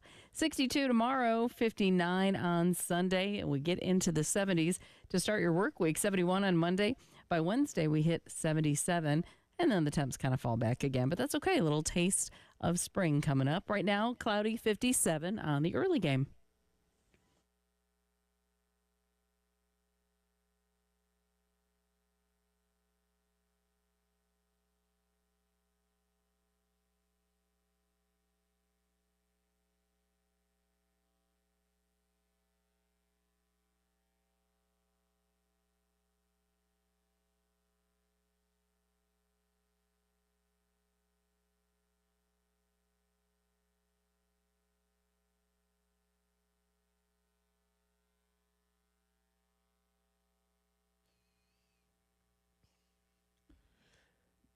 .34 as we slowly wrap up the Friday morning program here. Bill Gunner, Preston Thorne, Jen Jensen, a couple of y'all weighing in this morning. Day saying zippity-doo-dah. We're going to smash Ole Miss tomorrow, and by that I mean we'll be excited for a one-point win. My man, I like it. Good enough. I like it. And John weighs in this morning. He says in 1970, junior college ball, I hit 19 out of 21 free throws to beat USC Aiken. 2 weeks later, scored 44 points and lost to USC Lancaster. Back in the day when you were talking about your memories of the moment. There you go. Like it. Good job. 803-404-6100. Joining us now, John Whittle of thebigspur.com for another weekend of college baseball. South Carolina and Belmont slated to start 4 o'clock today. Pregame right here at 3:45 on 107.5 The Game, 100.3 The Game in Myrtle Beach. And, John, I know I brought you on to talk baseball, but real quick, just your thoughts right now as this basketball team, Lamont Paris, as they try to bounce back from last week against LSU, and quick thoughts on them going to Oxford tomorrow, a place that they typically do not play well at. Yeah, and I'm actually about to hit the road before too much longer to head to Oxford. So I got to go to that arena, 4 or 5 years ago, right back when they first opened it for a game, and really, really liked that place. But yeah, I mean, you know, South Carolina, that week off came, I think, at the right time for sure. Needed a little better. Hopefully, get Michi Johnson a little break. Be sure he's able to bounce back after leaving last Saturday's game injury-free. And I guess Lamont Paris said on y'all's station last night that it looks like he's going to be able to go tomorrow. So that would be good. That'd be helpful for the Gamecocks. Just being there last Saturday, the energy, how much energy do you think was taken out of the crowd? Because that Preston heard me in January, Whittle, talk a lot about why games were important. And it wasn't so much, I think, for the basketball team. I was more worried about a loss here, a loss there, disengaging the crowd. And I don't know what it's like, Ben. We just did that message board segment, but I don't know what it's like on thebigspur.com right now. But what you're seeing kind of in terms of fan engagement still with this basketball program, because it's been a lot of fun to have people excited for this run that they've been on and to be talking basketball into late February. Yeah. I mean, it's still there for sure. I mean, it's probably about the main topic of conversation on our message board is about the basketball team, the good and the bad, and what needed to go on and get a good seed in the tournament, potentially top 4 seed in the SEC. And I mean, it's obviously when you lose a couple in a row, especially in the fashion that you did, a huge blowout and then a heartbreaker. The conversation isn't always great, isn't always positive, but I think folks are ready to saddle back up and get it going again tomorrow and see if these guys can bounce back, because they've already beaten these guys once this year and have a chance to go do it again. John Whittle, thebigspur.com, joining us. We'll talk baseball here in just a second. One more question real quick. What can you share? What knowledge may you have or your thoughts on what comes for Lamont Paris after the season in terms of contract extension, pay raise. Try not to blow the bank, if you will, but at the same time doing what is appropriate to show your appreciation and continue to lock him up. You got any feelings on where that may go or any thoughts? I mean, I think Lamont Paris is certainly going to have an opportunity to stay here and make a lot of money if he wants to. Ohio State or whoever else is certainly going to have a chance to woo him as well. But I do think that with it being Lamont's second year here, I think there's a high chance that he decides to come back and sign a bigger deal. So he's going to have every opportunity he wants to stay here and get a great contract offer, make a bunch of money here at South Carolina. But it also seems like his name is going to be in the hunt for big jobs.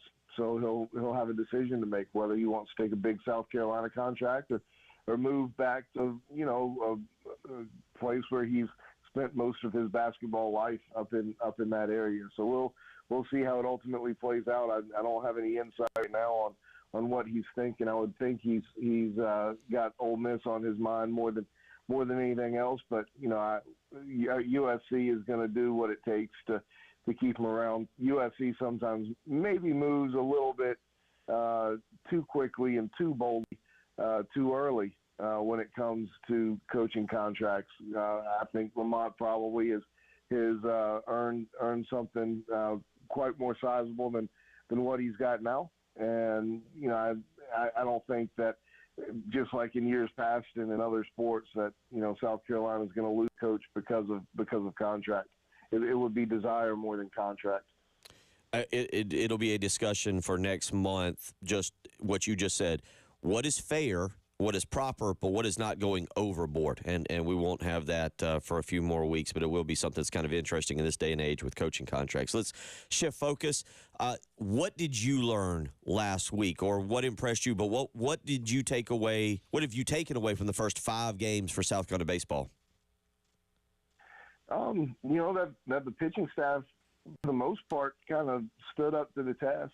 And first of all, let's go ahead and note at the start of the conversation, South Carolina's played 3 really bad teams so far. Miami of Ohio, Winthrop, Queens. None of those teams are going to be particularly good.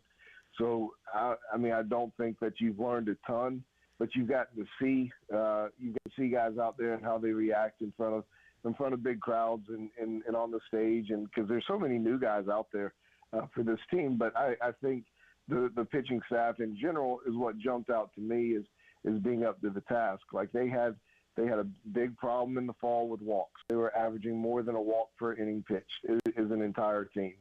That number was cut by about 25 or 30%, in the preseason in the 3 weeks leading into the year. And those numbers came down dramatically, in these last 5 games. So, the fact that they've gone out there and thrown strikes against opponents they should overpower, I think has been a really great sign. And most of those guys out there look like they've belonged. Freshmen, transfers, returning guys, all of them. So that's kind of what jumped out to me, is just how good the pitching staff was, over the course of the 5 games, and just being dominant like they should have been against teams that just aren't great. What do you think attributed to that change from the fall, and do you see that continuing as the competition starts to get better? Well, a bunch of these guys that they brought in have had walk problems throughout their career, whether they were high school guys or guys here or transfers. A lot of the guys have had walk problems, and honestly, baseball is a little bit different than football or basketball. You've got a heck of a long time with these guys on campus to work and coach them before your season actually starts. So, Matt Williams, the first-year pitching coach, has come in and done a really nice job and just coaching these guys and getting them better. And, I think that's as simple as it sounds. I think that's the biggest deal is they've just taken well to coaching. Now, it also helps that, you go out there and throw a fastball and throw it down the middle of the plate that just overpowers the guy that you're playing against. I'm not going to lose sight of that piece of it either. You don't necessarily have to live on the corner to be successful against the team South Carolina faced so far. So we'll see exactly how that kind of shifts here in a couple of weeks. Well, really this weekend, Belmont's a lot better. You know, I was reading one of their stories on their website that said they returned 95% of their at bats from last year. So most of their position players are obviously back. 85% of their innings. So this team they're playing this weekend is going to be older and more competitive than what South Carolina's seen so far. But I think the biggest change in these pitchers has just been being able to be coached up ever since they got on campus in August. Man, I know you said you're traveling to Oxford. Be safe. I was going to make a joke about Frank from Amherst being on the line to discuss that with you, but we don't have time to get down the line on that joke because of what Frank from Amherst might have said about us covering games back in the day. But safe travels this weekend, and we look forward to having you back on here in the near future to talk about this baseball team as we really hit stride with Clemson coming into town next weekend. All right, I'm not sure, but I think I'm riding the green wave tonight. Poor selection. My man. Poor way to wrap up this segment. I knew you were an expert. That's why we appreciate you, John. Thank you, sir. Appreciate you guys. Always glad, buddy.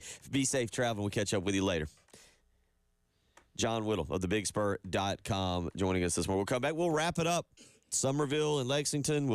We will maybe discuss a wager. We have an idea, but we'll discuss that. And baseball tickets to give away as well. We'll give away baseball tickets when we come back as well. It's the early game.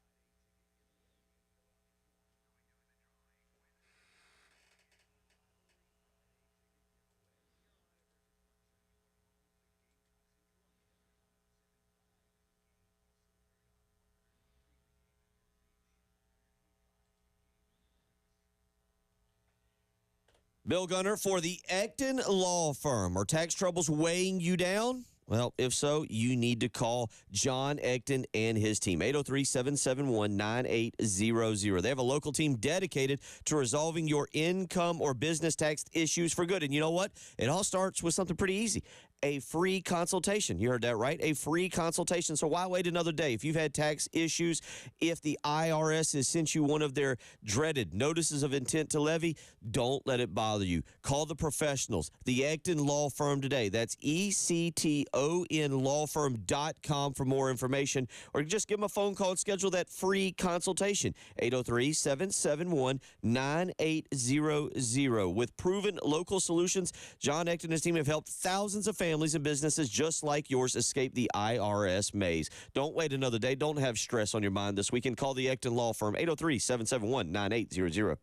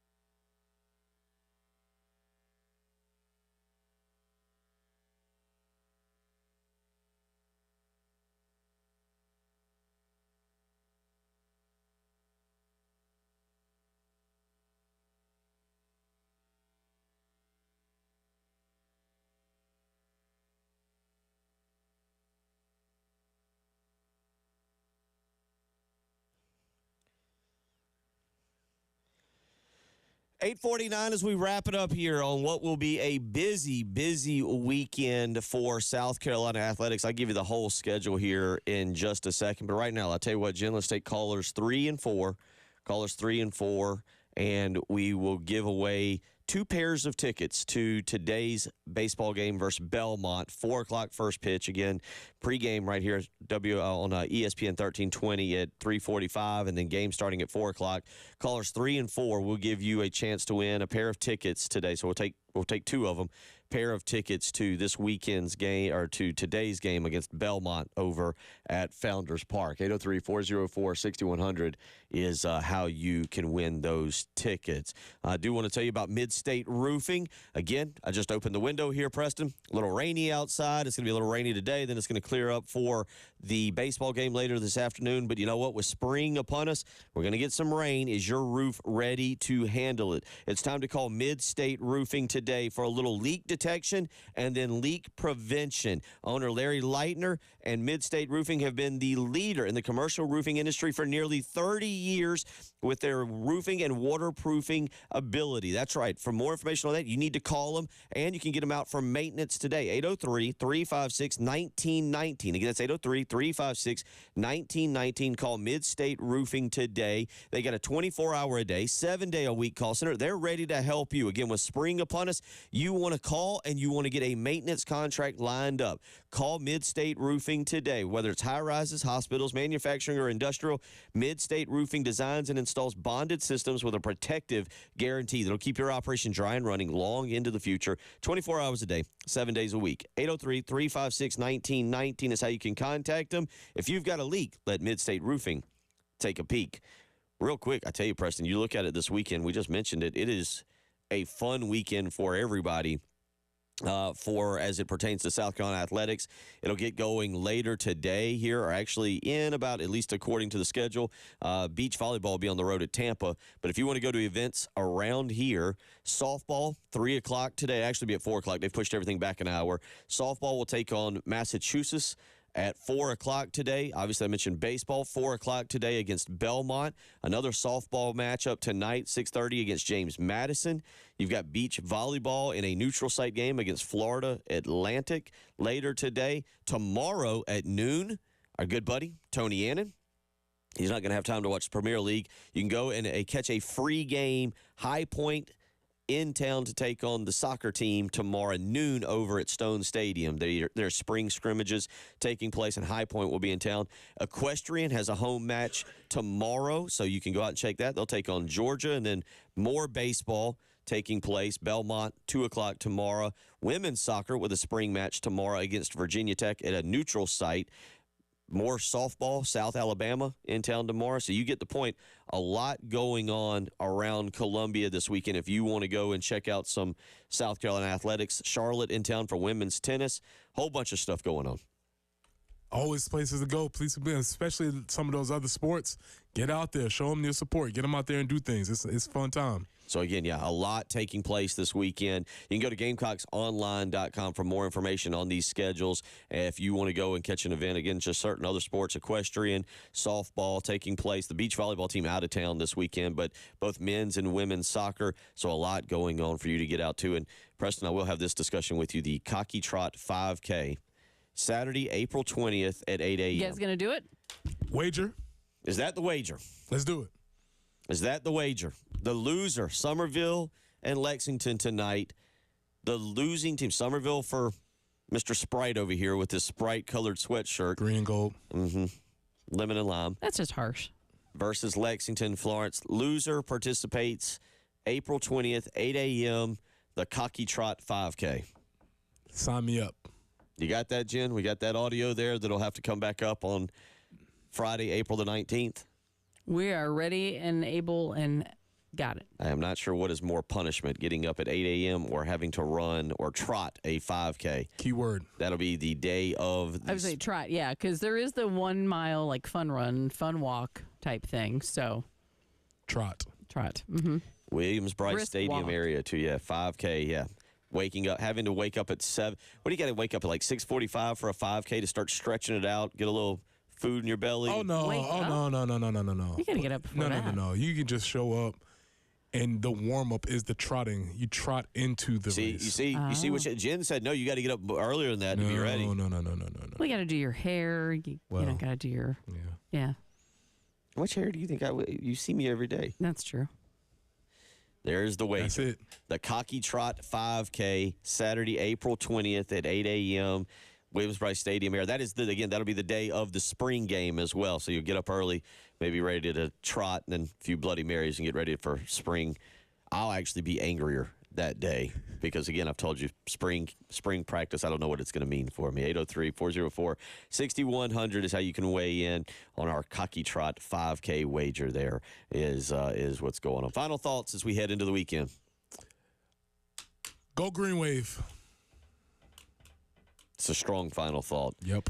I feel pretty confident. I feel pretty good.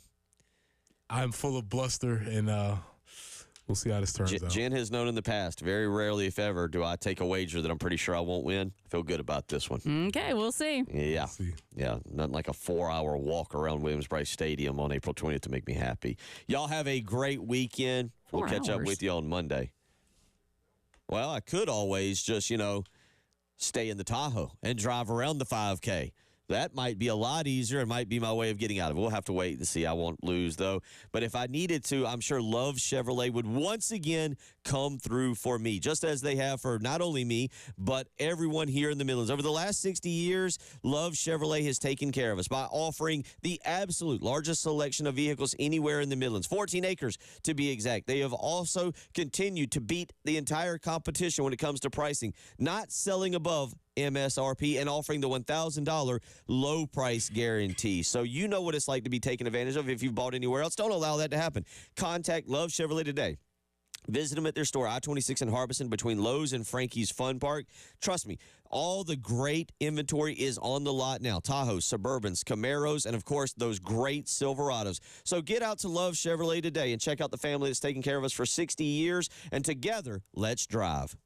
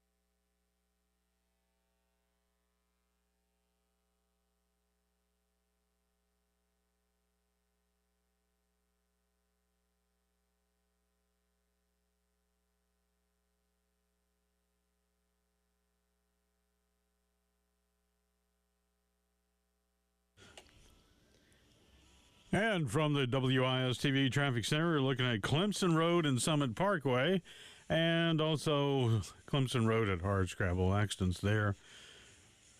And we have an accident, Decker Boulevard at Percival Road, I-26 eastbound. Bush River Road, exit 108, Park Lane at Two Notch Road. Your weather outlook 69 for a high today. 90% chance of rain. It'll be windy, too. 14-mile-an-hour wind. Expect that. 62 for a high for Saturday. And windy, once again, 16-mile-per-hour wind. Sunday, 59.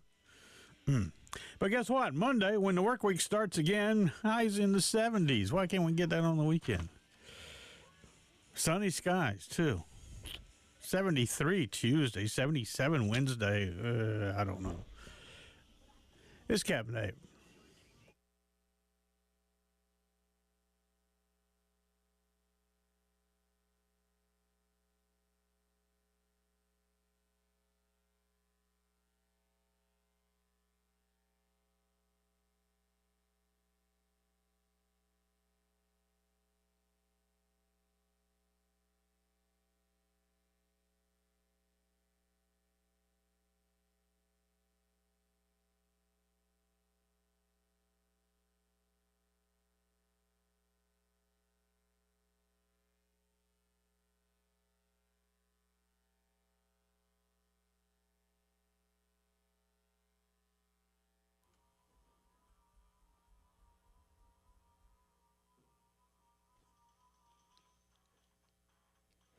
Nine o'clock Friday morning. Welcome into the Extra Point. Tyler Head along with you. Congratulations. You've made it through the end of the week. Hopefully it was a short week for you. Hopefully you had Monday off, and this week breezed on by, much like the month of February has. It's really weird.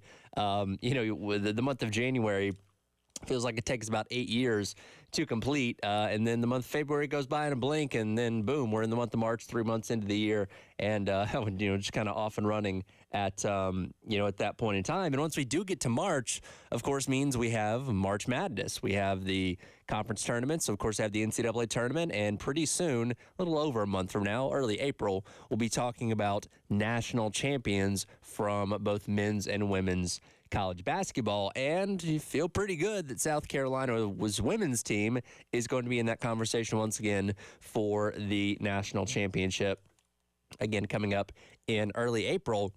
A weird kind of, I don't want to say a weird vibe, but an odd feeling, I guess, going into last night's game for South Carolina. Again, this is the team that was undefeated, number one team in the country, the only undefeated team left.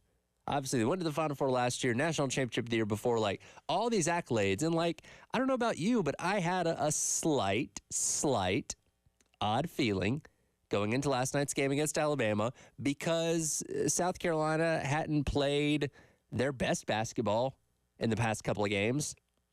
They went toe-to-toe Tennessee went toe-to-toe with them last week. South Carolina pulls away in the fourth quarter of that one. Georgia has the halftime lead the other day.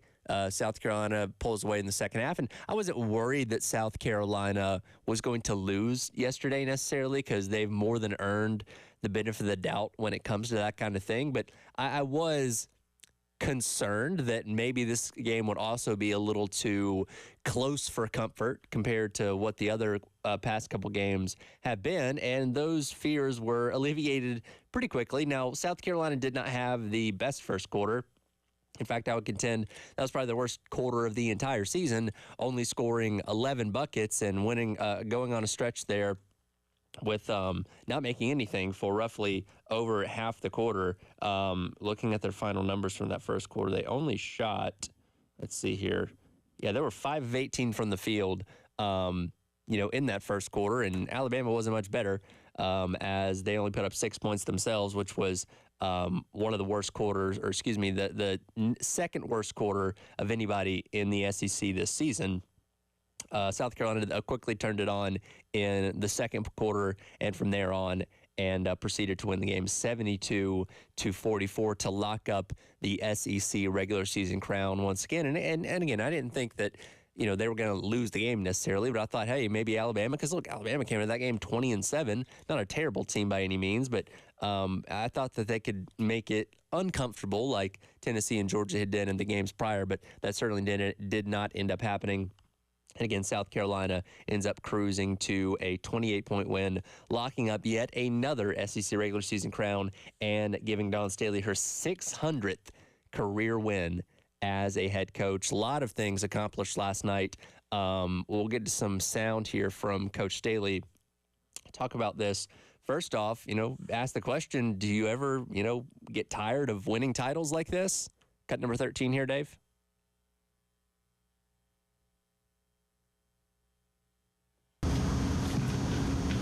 Of course. We want to win.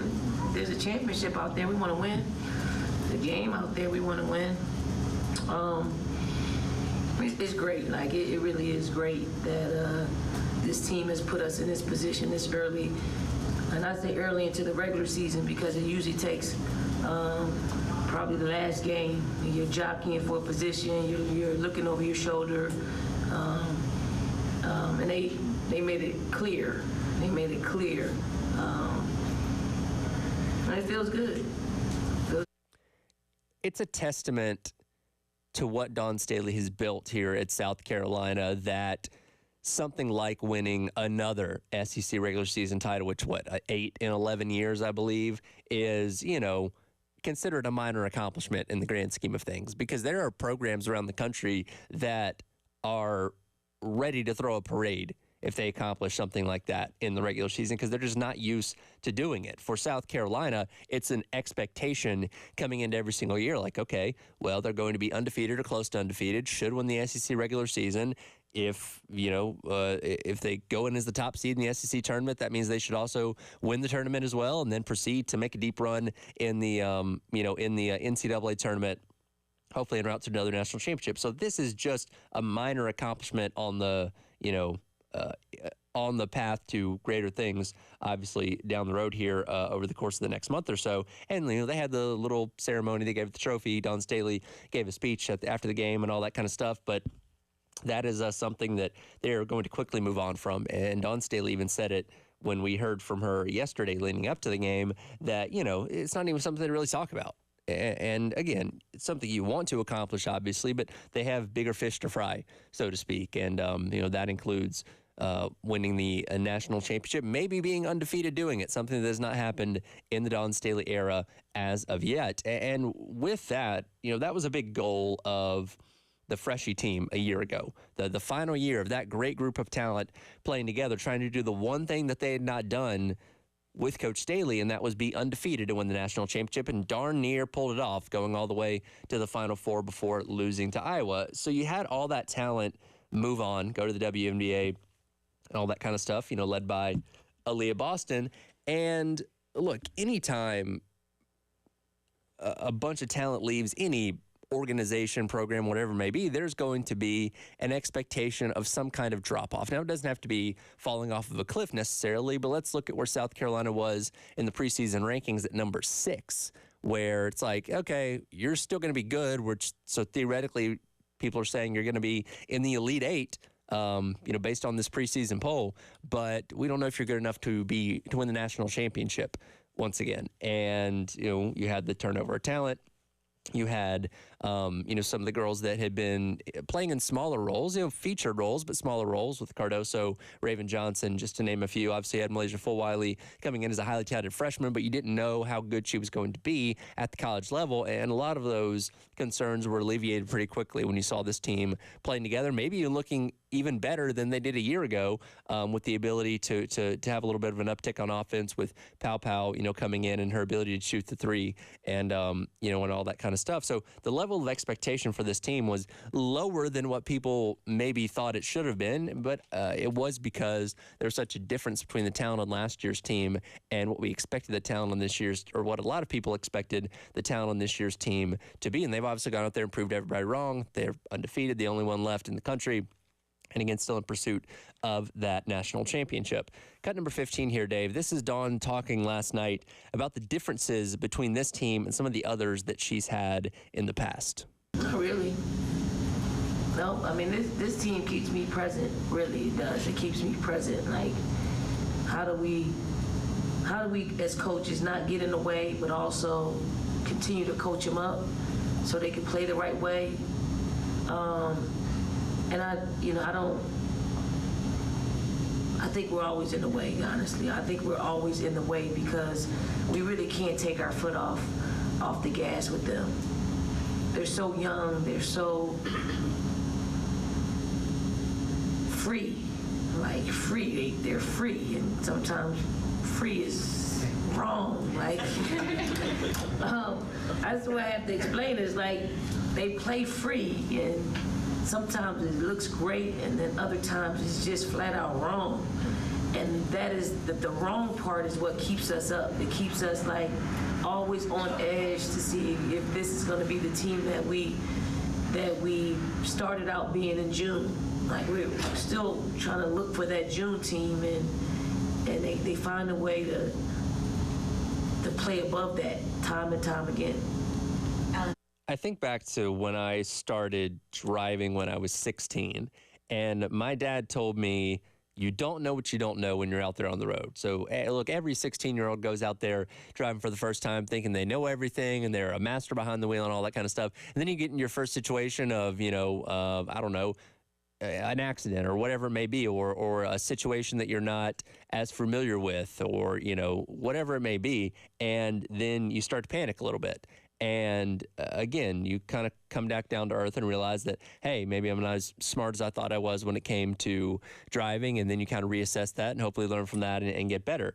With this team this season, again, when you lose all the talent that you lost a year ago that had obviously won national championships in the past and all that kind of stuff, you have, again, from a national perspective, this expectation of a drop-off. But then, again, sliding all these new girls into these starting roles and bringing in freshman talent, transfer talent, all that kind of stuff, it's almost like, as Don Staley alluded to there was a carefreeness to this team, this attitude of, well, I don't know how we're going to be together, but we should be pretty good. And they've gone out there and still accomplished everything that they wanted to up to this point. Now they've been tested, certainly. Look at, again, the past week or so playing against Tennessee and Georgia, and with that game against LSU and Baton Rouge, but they've stepped up to the task every single time. And now that's not saying that they can't get smacked in the mouth at some point in the NCAA tournament or something like that. And then you hope that's not the case where they lose and you're talking about another one-loss season that ends up being being a disappointment.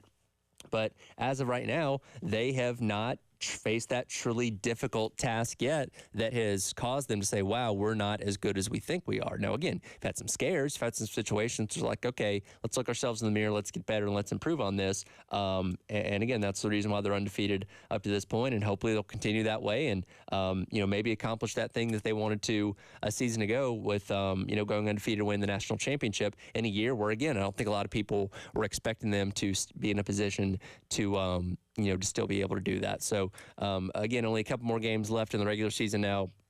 And South Carolina has obviously wrapped up the regular season title. It's going to be the number one seed in the SEC tournament here coming up in a couple of weeks. You have Kentucky coming up on Sunday. That game will be at 3 o'clock. That's on the road. You take on Arkansas on the road, and then you wrap up the regular season with a home game against Tennessee. Now, the Tennessee home game, that could be tricky. Again, that's a team that pushed you probably just as hard as anybody this season, maybe right on par with what LSU was able to do on that road trip down in Baton Rouge. So that's a team that, again, you just faced a couple weeks or just last week and, could certainly make things uncomfortable once again. But to this point, as we always talk about, this team's earning the benefit of the doubt. And until they get into a scenario like in Iowa last year that was, taking away what they were trying to do, then and being successful at it, then you're going to assume that they're going to win games until the clock hits zero. And that's how I felt watching the Final Four game. I was like, well, they're going to find a way to win. I don't know how, but they're going to find a way, and unfortunately that didn't happen. But, again, Tennessee could be a challenge, and, again, we'll see how things shake out as far as the SEC tournament goes. As we talked about, even if they lost in the SEC tournament, it wouldn't be the end of the world, getting them a couple days off to rest and maybe allow them to come back down to earth a little bit in terms of, finally suffering a loss and being able to improve off of that. We don't want to see that, obviously, but again, when you're playing with house money like South Carolina is, even losing in the SEC tournament, again, is not something that would be terrible at the end of the day. But we'll kind of continue to see how they ride this wave of momentum closing out the regular season and look ahead to postseason play as well. Men's team in action coming up tomorrow. Pretty big, very important game on the road in Oxford. Last night, Coach Paris was on Carolina Calls. We'll hear from him and his thoughts going into this weekend's matchup with the Rebels. That's all coming up right here on the Extra Point. Tyler Head along with you here on The Game.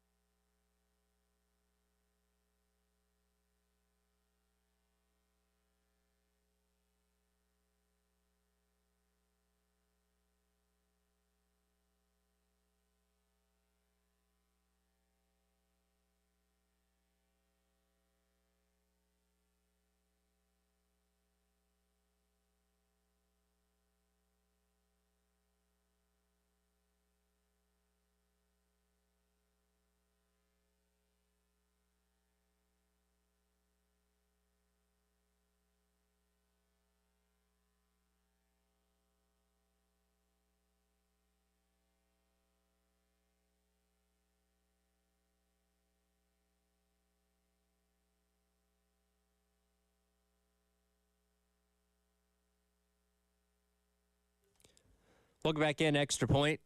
Tyler Head with you on your Friday morning. Back in the basketball conversation in just a second, but quick reminder, coming up a week from today, March 1st, yes, or hard to believe that we'll be in March this time a week from now, but regardless, March 1st, next Friday, South Carolina and Clemson out at Founders Park for game number 1 of their weekend set. They will play game number 1 at Founders, game number 2 on Saturday at Segra, and then game number 3 up in the upstate there at Clemson. If you want to go see the game Friday against Clemson at Founders, all you got to do is go online to YouTube, subscribe to our YouTube channel, The Game TV, then go to 1075thegame.com and fill out the form on our contest tab and submit it for your chance to win tickets to see that game as a part of our Rivalry Friday ticket giveaway. Again, just go subscribe to us on YouTube and then go fill out the form on 1075thegame.com and enter for your chance to win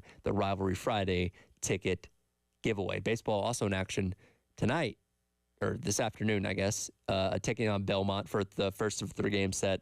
First pitch coming up for that one at 3:40, first pitch at 4 o'clock. Pregame coverage starting here on the game at 3:45.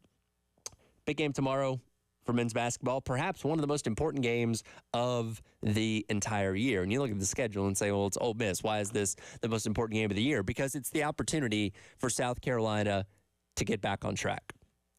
This is a team that has, talk about exceeding expectations, has done that to a T this season, done an incredible job of putting themselves in a position to be in the NCAA tournament, something that none of the prognosticators before the season thought they had a chance at. We've praised Lamont Paris for what he's been able to do with bringing in talent from the transfer portal, very experienced talent, and building this team into one that he knew he needed a season ago, but didn't have the pieces in place to make that happen. But this year, they've done a great job getting to a point of being currently 3rd in the SEC standings, only 2 games behind Alabama, while the opportunity to win the SEC regular season crown may not end up coming into fruition. Still finishing 3rd is about 10 spots better than where everybody thought they were going to be. These past couple games, though, have been a rough stretch, to say the least. You get drugged by 40 points on the road at Auburn. Hey, you know, everybody has a bad loss. That happens. Auburn's a very tough place to play. Okay, move on from that. We talked about it going into the weekend, though. Don't let Auburn beat you twice. Don't let that brutal beating on the Plains translate to another loss on Saturday. And it looked like South Carolina was going to handle their business, no problem at all, you know, win by double digits against an LSU team that on paper is not that great. And then they allowed them to come back. And South Carolina's defense wasn't doing what it had done all season with forcing a team like that to take uncomfortable shots. And you end up losing that game by 1 point. You've had the entire week off. You haven't had to worry about a midweek game. You can solely focus on, you know, self-improvement and locking in for this game on the road at Ole Miss tomorrow, just to get yourself back on track. You got 5 more games in the regular season against very tough competition in all 5 of those games. Tomorrow's important. Getting back on track with a win. It's not going to be easy, but getting back in that win column to set yourself up for what is hopefully a successful end of the season over these next 5 games. Coach Paris last night on Carolina Calls, we'll go cut number 1 here, Dave, talked about his response to the loss that they suffered on Saturday against LSU. I mean, that presents a different dynamic because in some regards it's more difficult just because you got to wait a whole week before you can get the taste out of your mouth by playing another game. And then, but on the other hand, you got more practices. So, you know, we had a good practice today. We've had some good practices, and guys have been in a good spot. You know, we had our longest video session after that game of all season. I'd say probably 3 times as long as, at least twice as long as any other film session. Just there were so many things we had to learn that can never, ever, ever happen again. And so, but we've had a good week of practice. Today was really good energy. And so we get one more tomorrow before we take off. You never want to lose like you did on Saturday. You never want to lose anyway. That's just the nature of sport, but you never want to lose a game like you did Saturday for South Carolina, but it can provide a perfect learning opportunity. And this week hopefully sets up perfectly that way, where you've had the week to have more time to reflect back on what you did, because typically if you're playing like a Tuesday game or a Wednesday game, it's like, okay, well, Monday or Sunday and Monday, you can look back on things, and then you're right back into prepping for whatever team you're playing on Tuesday or Wednesday night over the next couple games. Where having a long week like this, I don't want to say it's a week off because you're still playing a game coming up on Saturday, but having that extra time during the week allows more reflection, allows more time to look at that film, allows more time to look yourself in the mirror as a team and say, hey, what are we doing well? What do we need to work on? Where are we right now? And are we happy with what we're doing before playing these final 5 games of the regular season? And going back to the veteran experience within that locker room, you have confidence that these guys are going to come out with their head on straight and hopefully play a great game tomorrow and pick up another victory. Because again, for the most part this season, they've responded to tough situations by coming out the next time looking a whole lot better. This past Saturday against LSU was the first real example of not doing that. All your goals are still in front of you. As I mentioned, you are number 3 in the SEC standings right now, behind Alabama and Tennessee, a place nobody expected you to be at. Latest bracketology still has South Carolina as a 7 seed. Now it's a couple spots down from where you were this time, a week ago, but still, it's not a terrible place to be. And you have the opportunity to still maybe climb a spot or two in those projected seedings by winning a couple more of these games to close out the season. Terry and I talked about this the other day that, ideally with these final 5 games, and they're not easy. Ole Miss tomorrow on the road, tough place to play. Texas A&M on the road after that, tough place to play. You got Florida and Tennessee at home, both 2 very good teams. Obviously, Tennessee's one that you got in their place. They're going to be out for blood coming into Colonial Life Arena here in a couple weeks, and then close out with a very physical game against Mississippi State, a team that you have beaten already. But again, it's no walk in the park when you're playing a physical style of defense like they do under Chris Jans out there. So you don't have to go 5-0. We'd love to. That'd be great, and that'd be a wave of momentum that you'd be riding into the postseason. But even if you don't, that's okay. 2 wins, at least 2 wins. You feel pretty good about South Carolina and where they'd be going into not only the SEC tournament, but ultimately the NCAA tournament as well. Again, that all starts tomorrow against Ole Miss, a team that has done an incredible job at home this year. Their only home loss was to Auburn a couple weeks back. They have been on a little bit of a skid as of late. Now, they've only played 1 home game since losing to South Carolina a couple weeks back. That's to Missouri. They won that game by 3, but a double-digit loss on the road at Kentucky. They got beaten by 8 points by Mississippi State. How they allowed Mississippi State to score 80 points twice this year is insane, because, again, that's a very slow, grinded-out physical team. So, again, this is a team that South Carolina beat a couple weeks ago. It was uncomfortable. They made you sweat there in the final seconds, and thankfully, I think it was Jacoby Wright that didn't get called for a foul on that 3-point shot attempt at the buzzer by Ole Miss. So you won that one. It was tight. You obviously know this team. You're very familiar with them. Now you got to go into their house and try and beat them. And again, won't be easy, but we'll, I feel like this team to this point has earned the benefit of the doubt. That, again, even going up to Saturday where you lost to LSU, you're watching those final couple of minutes like, okay, it's not going to be a pretty win, but I feel like they're going to be able to pull something out here and walk away with the victory. Didn't end up happening, obviously, but they've proven time and time again this season that, that you can trust them more often than not to find ways to win in these games. And hopefully that ends up happening tomorrow on the road at Ole Miss. Now, that game will be right here on the game. 3 o'clock tip, 3:30 tip, 2:30 pregame coverage, again, right here on the game. We'll jump into college football coming up next. More conversation around this expanded college football playoff. Is it really going to create more parity in the sport? I don't think so. I'll tell you why next. It's on the Extra Point, along with you on this Friday morning. Tyler Head and Captain Dave producing here on the game.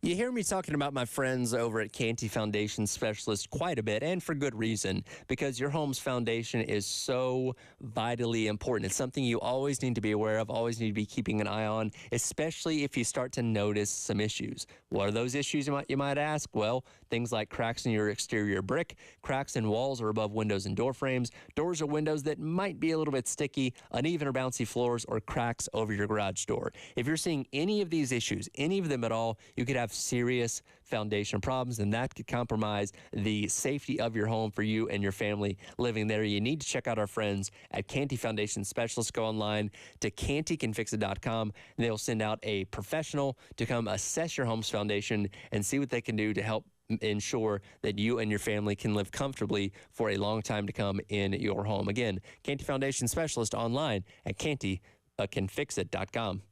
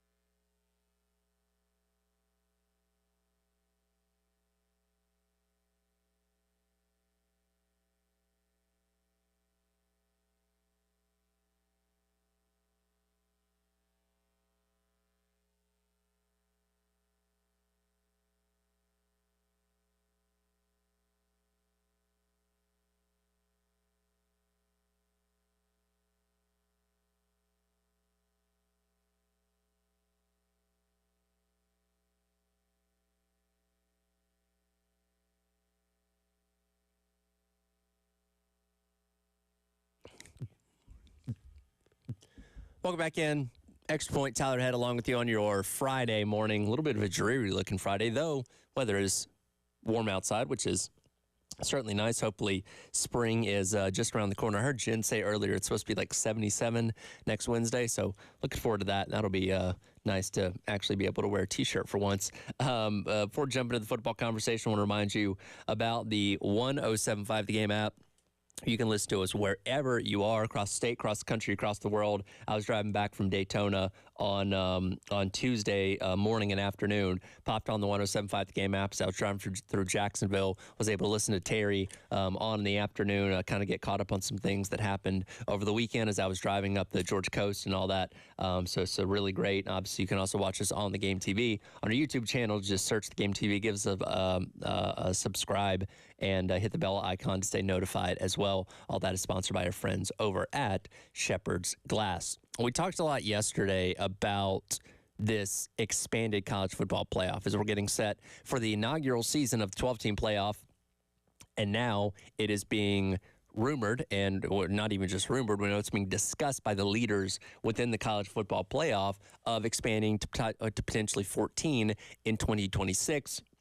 With more automatic qualifiers per conference and all that kind of stuff, all the details that need to be worked out. I can say with a lot of confidence, expansion is going to happen again. Whether that be 14 or 16, we're going to get past 12 at some point, whether that be in 2026 or a few years after that, because I think the ultimate goal is to get to 16 eventually. All that being said, if that does indeed happen, whatever it may be, we know we're getting 12 this year, which is 8 more teams being involved in the college football playoff than we've had over the past 10 years. But the question to me is, does this really increase the odds or the opportunity for more teams to be able to claim national championships? I don't think it does. I think, if anything, we are changing the definition of what high-level mediocrity is. What is high-level mediocrity? Well, I think a perfect example of that is a team like Penn State. Penn State and James Franklin, very good coach. Somebody that has done a very solid job in his, roughly decade at Penn State. But he's never broken that team through to the upper echelon of college football. Because guess what? Ohio State and Michigan, they've always been in the way. And I don't think a 12-team college football playoff or a 14-team or a 16-team is suddenly going to change that. In fact, I think it makes that path that much harder. Because let's think back to 2016, where Penn State won the Big Ten, but did not get in the college football playoff because they had 2 losses. They did beat Ohio State that year, but Ohio State got in as a 1-loss team over them. Let's say that Penn State wins it wins that game against Ohio State. They're 11-1. They make it to the college football playoff as the 4 seed or something like that. And let's say that they have the matchup against Clemson in the Fiesta Bowl that year. Okay, you beat Clemson in that one game. Now you're playing for a national championship. And whatever happens in that game, theoretically playing Alabama, who knows? But at least you made it to the national championship where you can say, hey, we've accomplished this goal. We put ourselves in the conversation as being one of the elite teams in college football by just making it to the national championship game. That obviously didn't end up happening. That's a theoretical scenario, but you can see how, again, you get in the college football playoff in a 4-team scenario, you win one game, boom, you're in the national championship. Now when you're talking about a team like Penn State playing in a 12-team college football playoff where, again, I'm not going to give them the benefit of the doubt of assuming they're going to suddenly start winning the Big Ten again, because you still have to deal with Michigan, still have to deal with Ohio State. Oh, by the way, Oregon and Washington are coming into your conference, not to mention the 2 LA schools. So I'm not going to assume that Penn State is going to be winning the Big Ten championship anytime soon. But you don't have to. You don't have to win the Big Ten to make it in the college football playoff. Now, you can be the 7, 8, 9, 10 seed, whatever it may be, and that's perfectly fine. But now we're just going to be talking about a team like that who theoretically can make the college football playoff 5 out of 7 years, which, hey, that sounds great in theory, but if you're not making it past the first round or getting into the semifinals, then is it really that much of an accomplishment? It's almost kind of seems like we're expanding out, giving more, I hate to be this kind of person, giving more participation ribbons.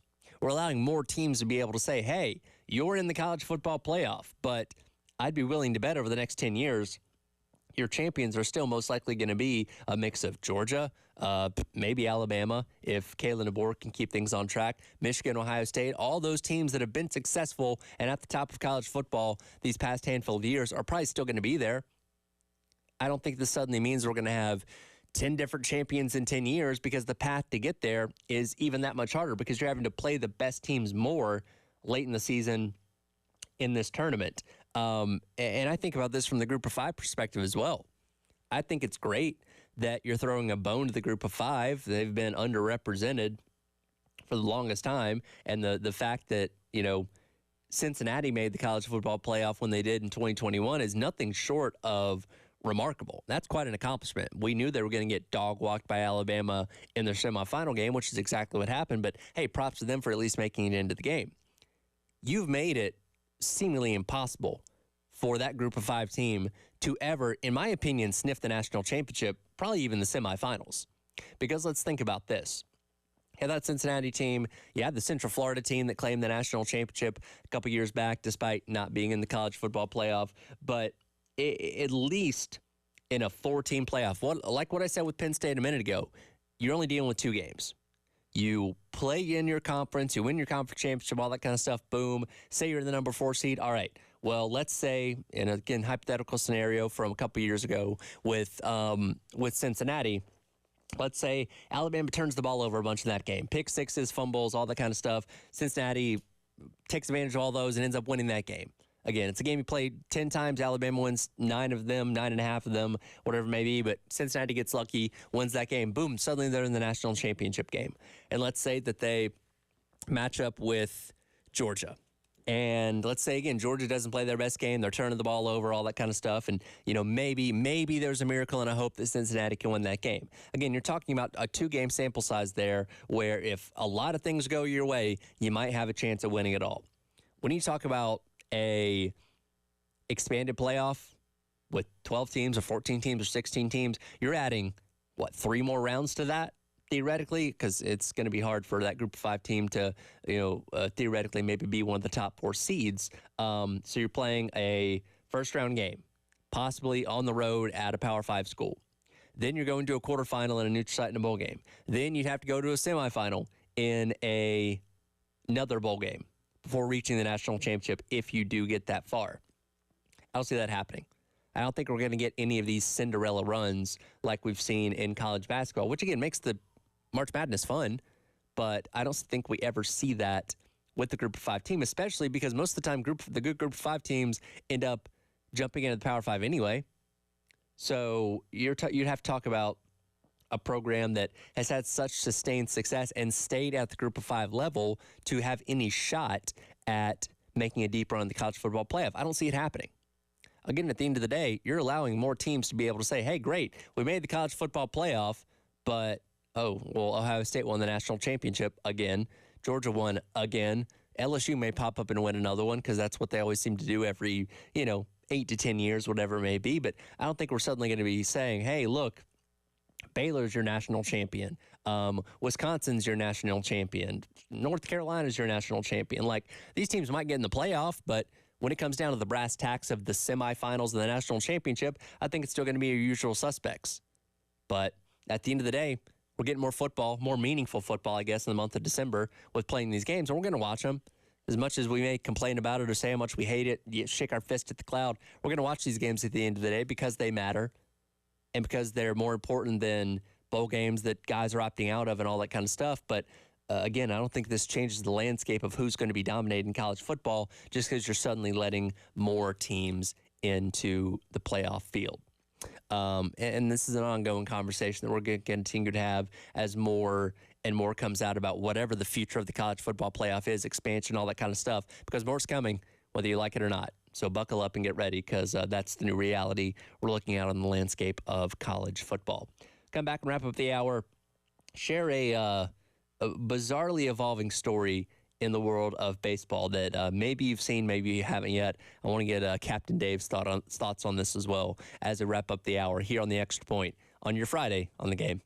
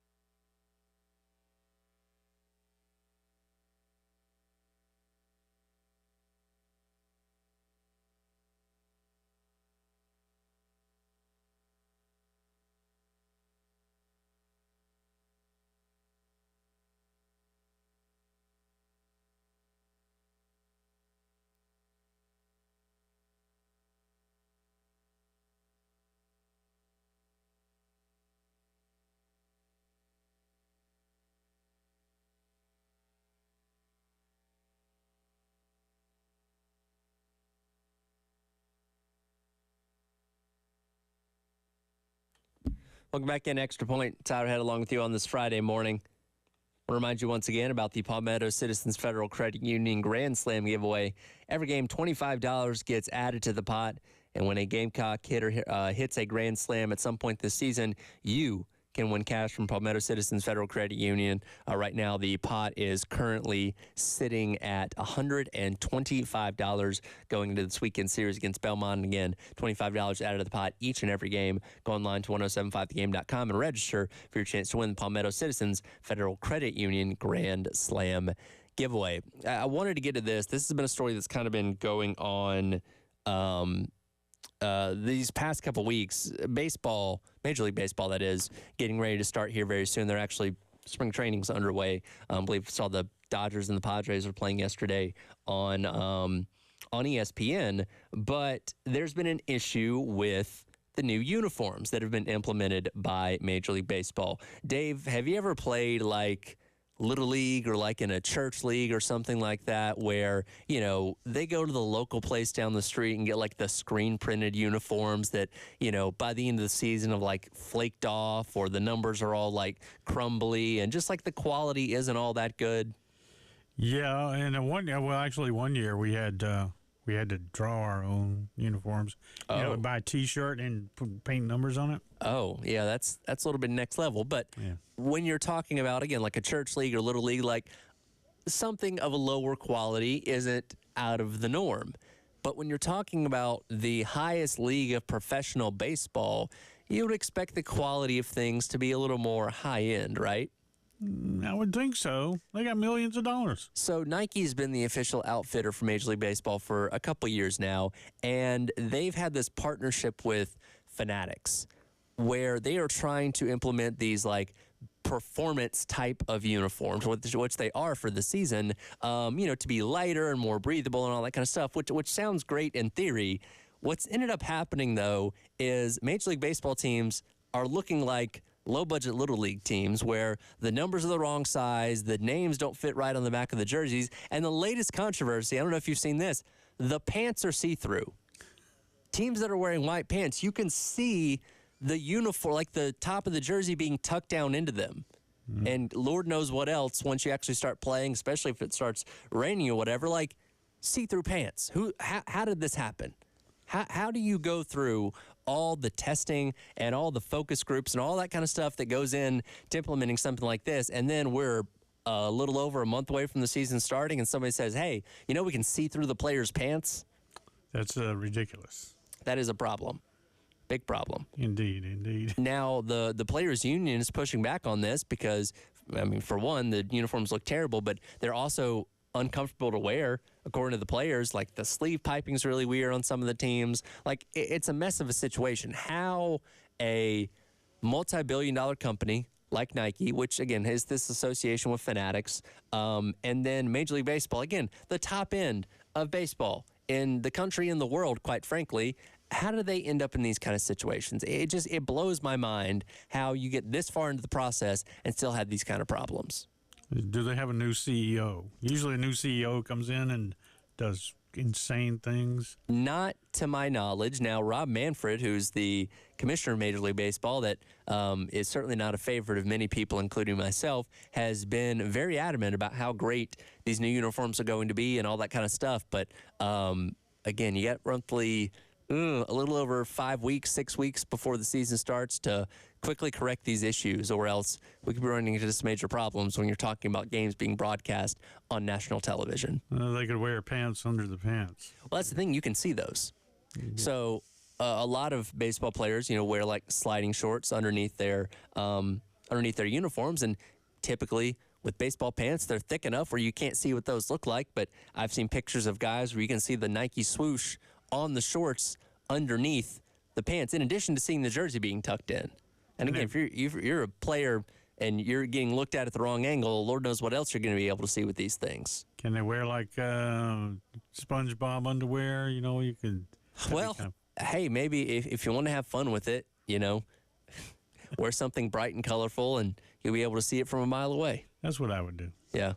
So it's just a weird situation. Hopefully they get it corrected before the season starts, but it's one of those things when you've created so much of a product, and I guess ordered it for the entire season. You know, it's not like you can just go out and burn it all and bring in the new stuff right away. There's a lot of logistics to that. I'll be interested to see how they end up pulling this off, if they do. Yeah, right. Me too. Because, I mean, I don't know.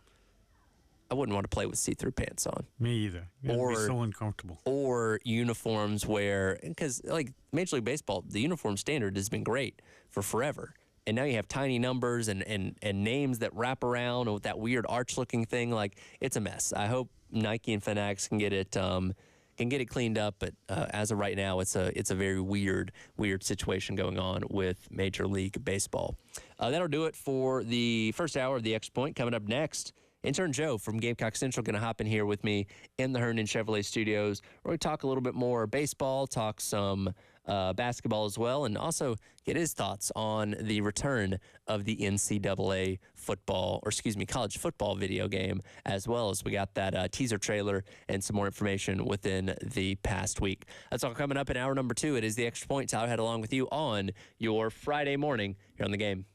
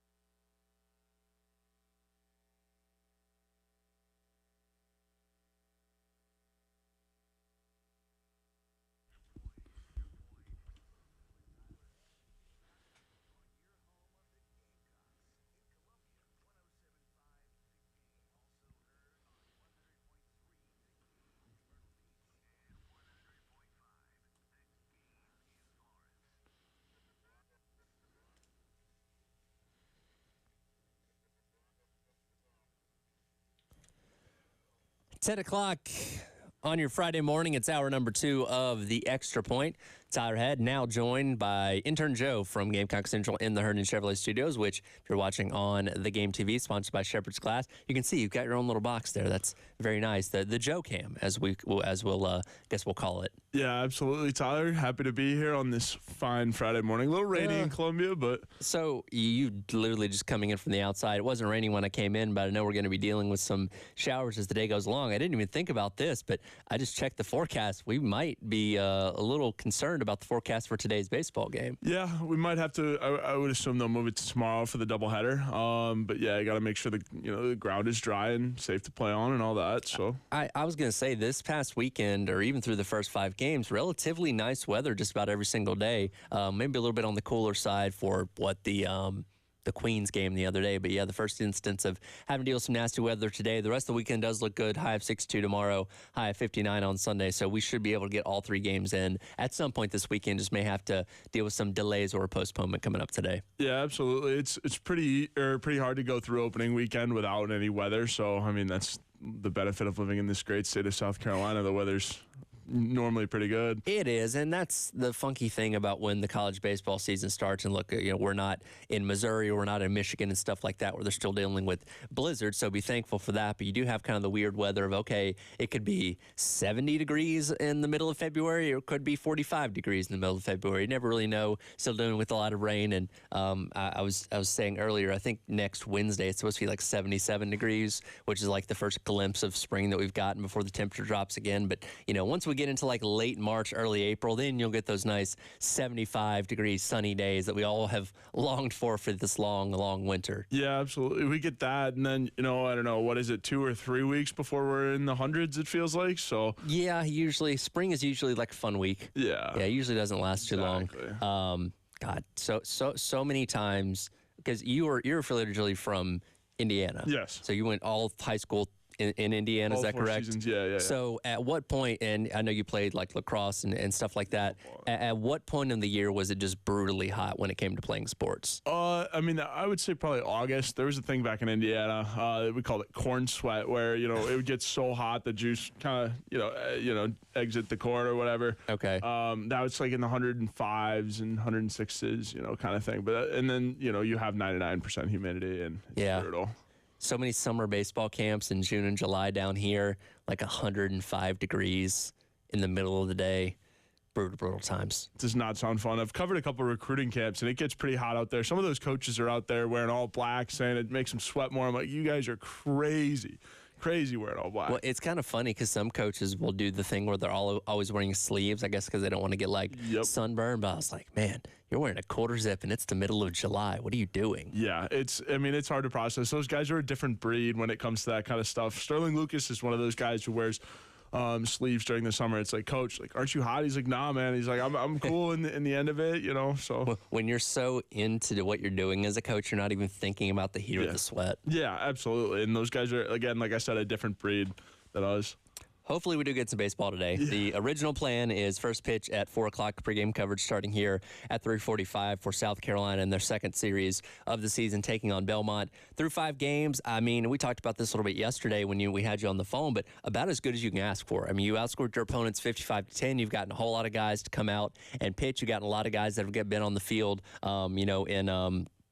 in pinch hitting roles and stuff like that, and substituting late in the game. Like, you've gotten a good look at your team through the first 5 games. Now, the quality of competition is not the best, which I know people are going to be critical of, but again, you're beating these teams the exact way that you should beat them. Yeah, absolutely. 5-0 through your first 5 games, exactly where you should be. You're run ruling who you should. The real, like we talked about this when I was here last week, the real test for this team is going to be Clemson.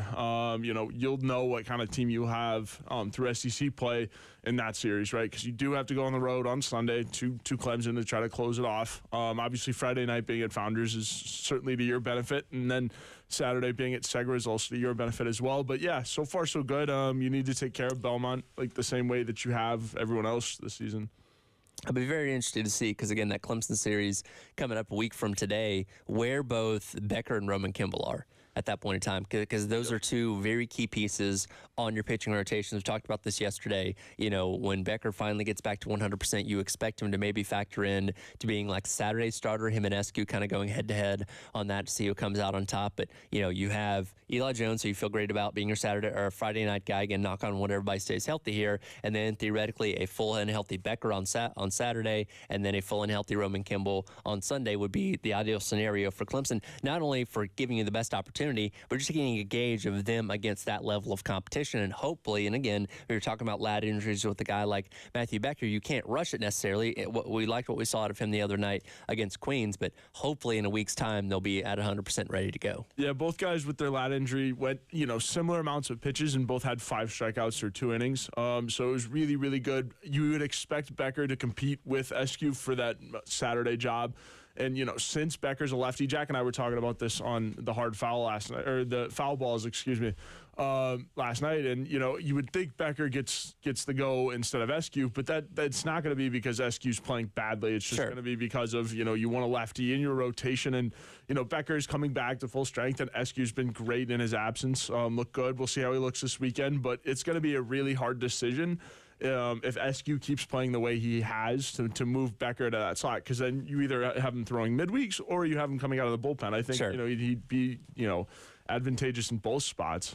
Having too many good options is a good problem to have. Yeah. Again, we go back to a season ago where you dealt with injuries, you dealt with Will Sanders problems, where there were points in the season where you kind of wondered what was going to happen as far as your pitching rotation because you maybe didn't have as many pieces as you wanted. And again, injuries are going to happen. Those things, hopefully, for the most part, everybody can stay healthy. But as of right now, you're looking at a lot of good options. Again, maybe Eskew gets moved to midweek, maybe he comes in out of the bullpen, maybe, you know, Copper's your midweek starter for all we know. You're, again, a lot of moving parts early on in the season, which, again, is the benefit of why you play teams like, you know, Miami, Ohio, why you play Queens, why you play Winthrop. Now, Belmont is off to a 4-1 start, so they may be the toughest competition they've faced so far this year. But again, if South Carolina goes out there and plays the way they've played these past 5 games, they should not have a problem with a team like this. But again, it gives you the opportunity to get these guys in live action against other teams and kind of get a gauge of where you're at before you start taking on the Clemsons, the Ole Misses in the first series of SEC play coming up a couple weeks before you know go through the onslaught of what we always know is going to be a very, very tough SEC schedule. Yeah, absolutely. No, and I mean, I think, you know, you're better than Belmont, right? You are a better team on paper and on the field. What kills you this weekend is errors,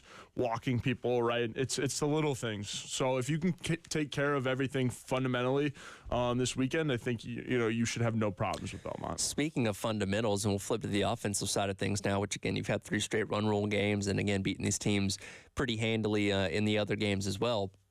Those against Miami of Ohio, the plate discipline's been incredible.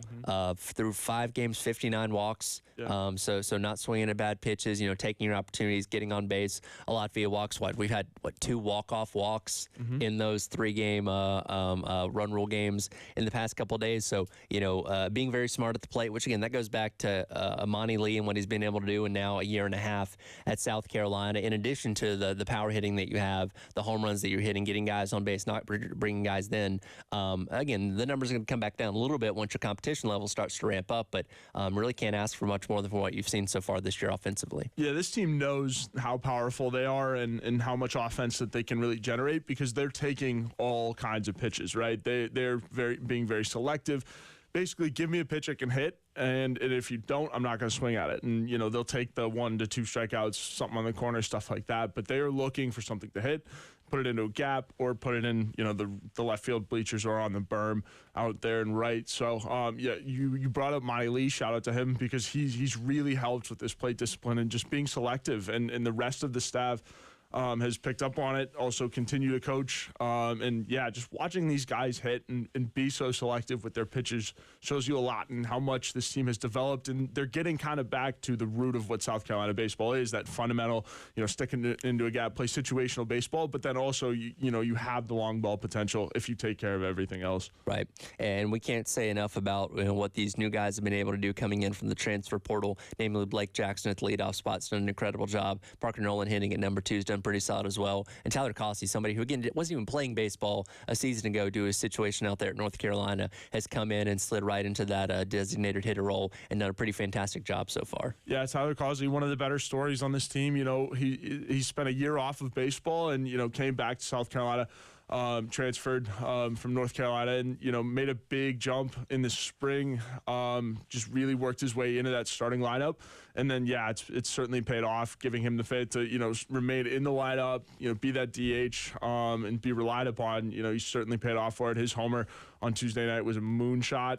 Good for the kid, and you hope that he keeps it up. Obviously, and hopefully, this, again, offense continues to play at a high clip. The pitching stays the way it is, and hopefully come June, we're talking about a team maybe making a trip to Omaha, which when you look at what they accomplished last year, finally being able to host a regional properly under Coach Kingston, finally making it back to a super regional. And again, it's Florida, a team you're familiar with, team that you had beaten in the regular season, and unfortunately didn't go your way down in the super, but that level of expectation ramps up even more going into this year. And again, it's 5-game sample size. We're not saying, hey, book your tickets to Omaha right now, because there's a lot more tough competition coming along, but the fan base that, again, was so used to being in Omaha, so used to playing for and winning national championships a decade plus ago, just hasn't tasted that same success in these past 10 years. But now you give them a little bit of that last year, and now they're expecting so much more going into the season, which I don't think is unreasonable to expect. Yeah, definitely not unreasonable to expect. I think, this program, this staff, everyone in that building knows that they're on the cusp of taking this program back to where it was, right? I think that's a huge deal, because they know they've got it. They've got like all the moxie, the swagger, what you need to have success in college baseball, and especially like at a place like South Carolina. You have the history, so you just need to get back there. They're working towards it. They're getting there. They're close. And like you said, Tyler, they're right on the cusp. So expectations certainly aren't unreasonable to at least make it back into the college baseball playoffs and stuff like that. So the tournament, if you will. So yeah, expectations should be high for a reason, and so far so good, right? We're seeing all the signs, like we said, fundamental baseball. The offense is there. So very big deal for the boys at Founders. And again, the schedule is for today, 4 o'clock out at Founders Park, taking on Belmont for game 1 of the series. Pregame coverage starting at 3:45 right here on the game. Dave, get excited. We have tickets to give away. I know you are jumping out of your seat right now. Guy Josh has just informed me, so sorry for not letting you know about this beforehand. Do you actually have a pair of tickets for tonight's game against Belmont? 4 o'clock first pitch out at Founders Park. Caller number 4 right now, 803-404-6100. Win that pair of tickets for today's game. Calf and Dave eagerly standing by to take your phone call. We'll dive into some basketball conversation. Women's team in action once again last night, picking up a very, very important and monumental victory as well. We'll hear from Coach Daly and some of the players and get our reactions to that coming up. It is the Extra Point. Tyler Head along with you here on the game in Columbia, Florence, and Myrtle Beach, and on the 107.5 The Game app and streaming live at The Game TV.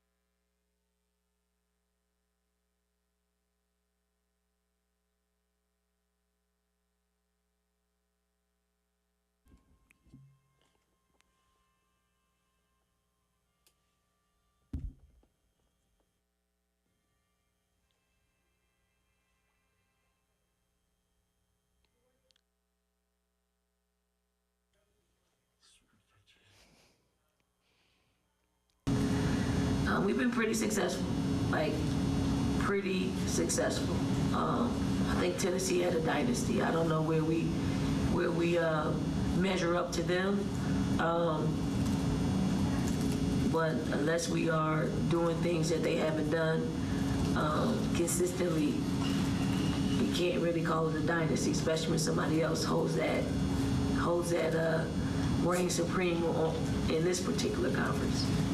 Welcome back in. It is the Extra Point. Tyler Head along with you on this Friday morning. Intern Joe from Gamecock Central also hanging out here for the 10 o'clock hour. That was Dawn Staley last night after picking up her 600th career win, the 428th as a coach here for South Carolina, improving to 26-0 on the season, 13-0 in conference play by beating Alabama 72-44. Was posed the question if South Carolina was a dynasty. Now, dynasty is something that gets thrown around there a lot in sports, which, by the way, I'm loving the SpongeBob in the background here, especially talking about this. It's very fitting. So, yeah. The dynasty thing gets thrown around a lot, and she brought up Tennessee, who, again, was the standard of women's college basketball for the longest time. UConn kind of assumed that crown, in the years since, and Gina Auriemma still out there, coaching at a high level, though I don't think they're as good as they once were.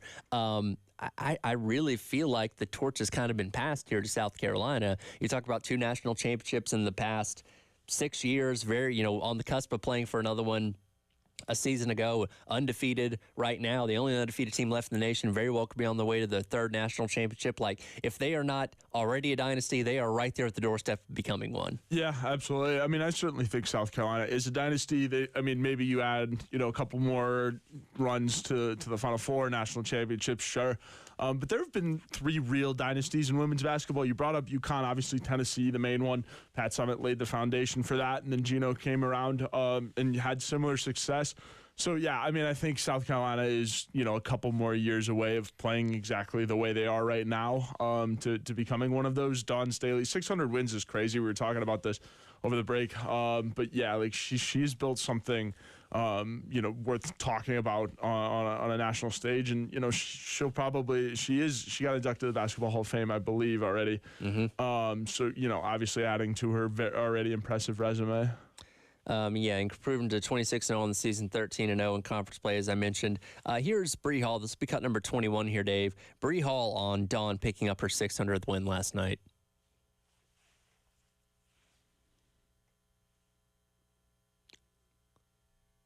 Cut. Sorry about that. Cut number 21 here, Dave. Honestly means a lot. That is very impressive. 600 wins. Congratulations to her, of course. But it does mean a lot. And she's an awesome person. She's an awesome coach, and she's very deserving of it. And it's a huge accomplishment, puts her, in rarefied air with so many other great coaches that have come through women's college basketball before. But I want to kind of tie this into the fact that they did win the SEC regular season championship, once again last night, 8 in the past 11 seasons, I believe. It's just, I don't want to say a bump on the road, it's just a blip on the radar for what this team is going to potentially accomplish as the season goes along. SEC tournament, see how far they go in the NCAA tournament, which, again, we almost assume they're going to be in that conversation for the national championship once we get down to the Final Four. So, there are certainly plenty of programs out there that would be throwing parades and hanging banners for winning the SEC regular season championship, but the standard for what this program accomplishes, that's just, they have the trophy, and she gave a speech to the crowd and all that kind of stuff, which is great, but that's something that's already been shelved in their minds, and they're focused on the next task at hand today. Yeah, absolutely. And to think this was a rebuilding year is crazy. The year after the freshies and, they're this much better is crazy. You always worry. We talk about this every time the women's basketball team comes up, but are they too good for their own good, right? How do teams like that, do they need a loss to learn the lesson? And, so far we're seeing that they don't, right? They've taken the close games and used those as losses theoretically to propel them forward. It's one of those things, and we go back to where they were ranked in the AP poll prior to the season at number 6, where, hey, you're still projected to go the Elite 8, but the consensus is you're not going to win the national championship. They quickly went out there and dispatched of Notre Dame and Maryland very early on in the season. It's like, okay, this team's still pretty, really, really good. And again, sitting undefeated, the only undefeated team left in the nation as of right now. I do wonder when you do get into the NCAA tournament And again, maybe you play in Iowa, maybe you play, a UConn again or something like that with, more of their good players back. What happens then? We don't know. It's very much a situation. I brought this up in the last hour. When you start driving and like your parents tell you, hey, you don't know what you don't know, because we all think we're the greatest driver in the world until we encounter a situation that we've never been in, and you kind of fold under the pressure there and, get in an accident or whatever it may be. Hopefully this doesn't happen with this team, because, and I brought this up the other day, David Cloninger from the Post and Courier was out with us on Friday out at Village Idiot getting ready for baseball with our lead-up show there, and he said something that really resonated with me. I don't want to be sitting at another Final Four talking about a one-loss season being a failure.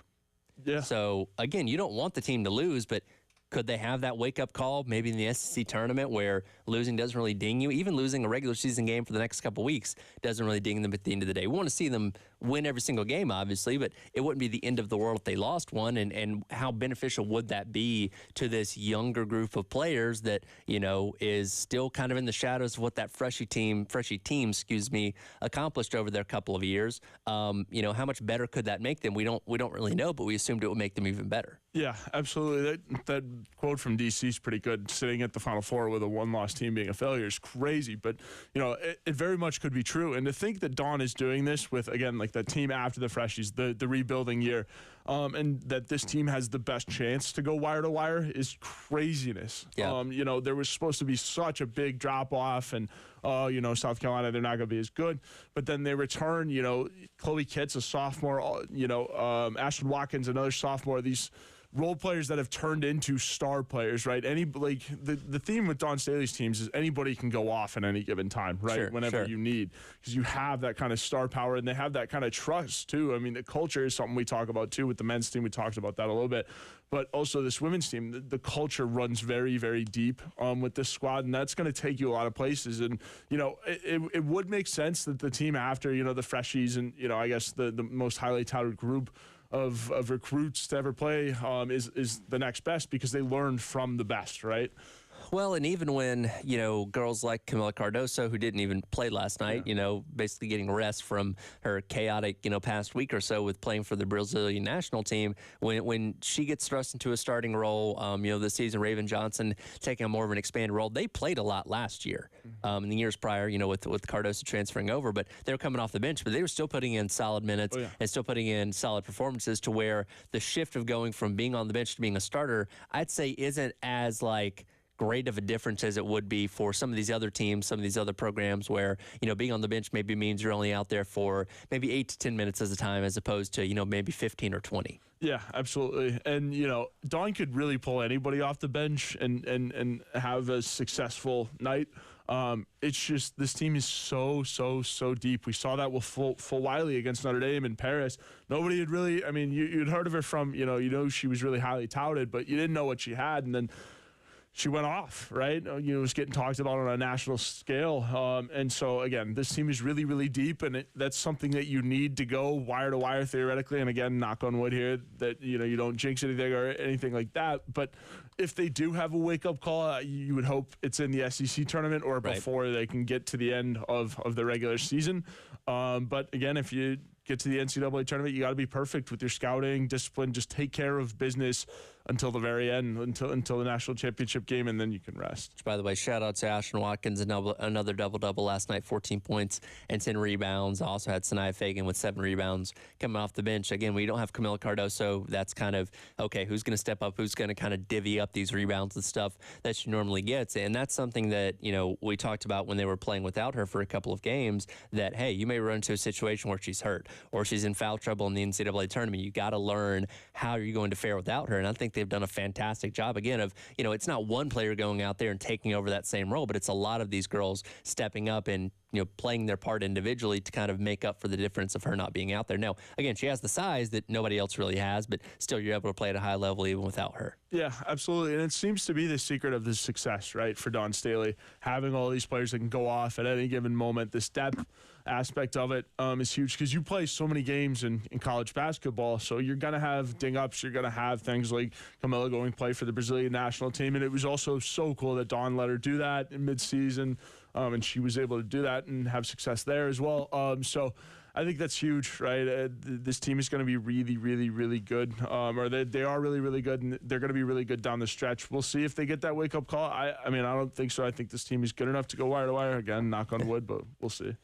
We'll get into some football talk coming up as the conversation of expanding the college football playoff has been very prevalent this week. Real quick, though, I want to remind you about the 107.5 The Game Palmetto Citizens Federal Credit Union Grand Slam giveaway. $25 being added to the pot for every baseball game. When a Gamecock hitter finally hits a Grand Slam, you could walk away with whatever that pot of money is. Currently sitting at $125 through 4 games right now. Go online to 1075thegame.com and register for your chance to win the Palmetto Citizens Federal Credit Union Grand Slam giveaway. The expanded college football playoff conversation coming up. Extra Point, Tyler Head and intern Joe from Gamecock Central here on The Game.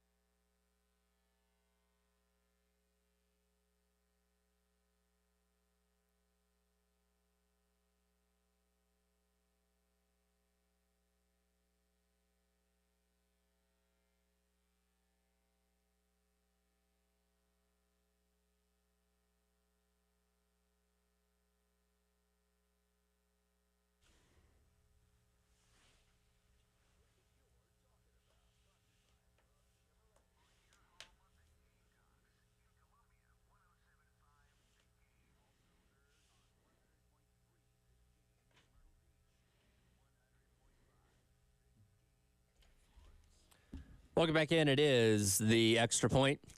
Tyler Head and intern Joe from Gamecock Central hanging out with you on this Friday morning. Cap and Dave producing on the other side of the glass. Another reminder coming up today, baseball taking on Belmont, 4 o'clock first pitch, pregame coverage starting at 3:45 right here on the game. There is some weather expected to be in the area, so we will see if we're able to get that game in tonight or if it does need to get moved to maybe tomorrow for a doubleheader. But as of right now, game is still on for 4 o'clock and again a 3:45 first pitch.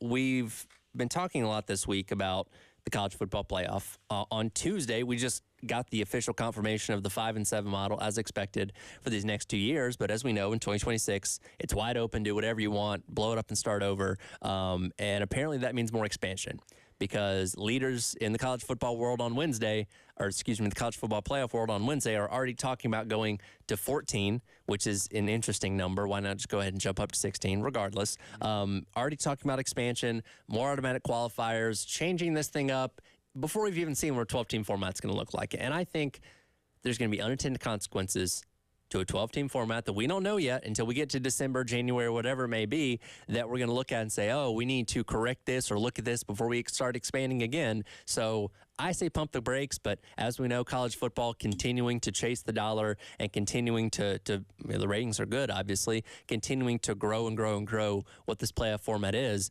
Looks like we might have 14 and 26. Yeah, Tyler, I mean, I think you have to just jump to 16, right? Why increase it by 2 and then go to 2, right? You're just going to find the issues.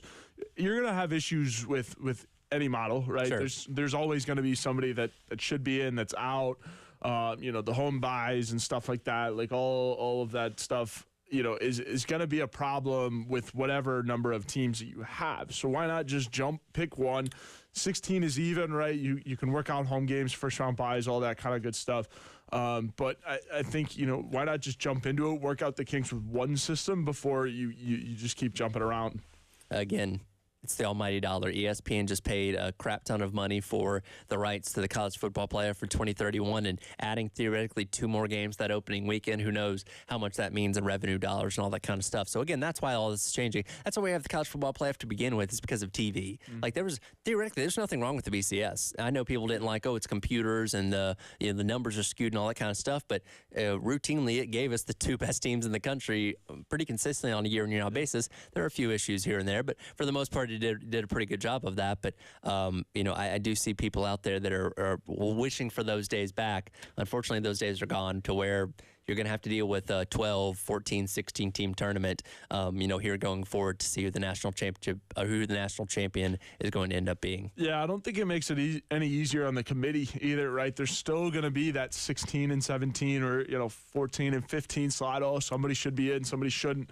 There's always going to be that argument. There's always going to be an argument, but I will say it is much different arguing about, okay, this 3-loss team versus this 3-loss team, as opposed to a 1-loss SEC champion and an undefeated ACC champion. So again, when you're talking about, let's just say, I don't know, Clemson is like 15th and gets left out with however we end up doing this new model, and they're saying, well, we're 9-3 and we beat this team and this team. I can say, yeah, but you lost 3 games.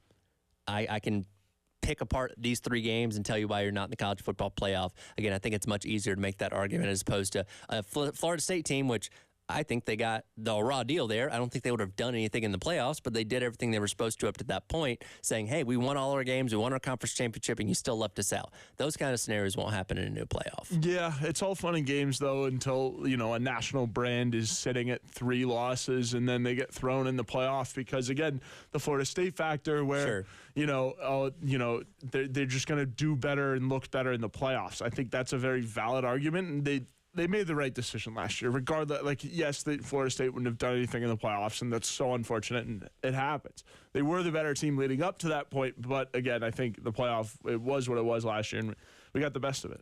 And regardless of 12, 14, 16, whatever it may be, we're going to watch. I mean, at the end of the day, we can shake our fist to the sky if we want and say, I want the BCS back, I want the 14 playoff back, which I've enjoyed both of those formats. But, I mean, you tell me we're going to have 4 elimination games the weekend before Christmas or 6 in a couple years. Heck yeah, I'm going to watch that. Oh, absolutely. And, I mean, we'll watch all of the playoff, 16 teams or whatever. And then, I think the college football game is going to help with that, too. Sure. We'll get to that in a minute. Don't worry. Gotcha. Yeah. I was going to say we'll talk about that too for sure. So obviously you grew up a Notre Dame fan from the South Bend area, so very familiar with everything going on out there in regards to that team. I do think it's interesting, and they haven't obviously joined a conference at this point in time, but what we know about the 12-team playoff with the 4 byes going to teams that have won their conference championship, Notre Dame is already excluding themselves from being able to do that. We go to a 12-team format, or excuse me, a 14-team format with theoretically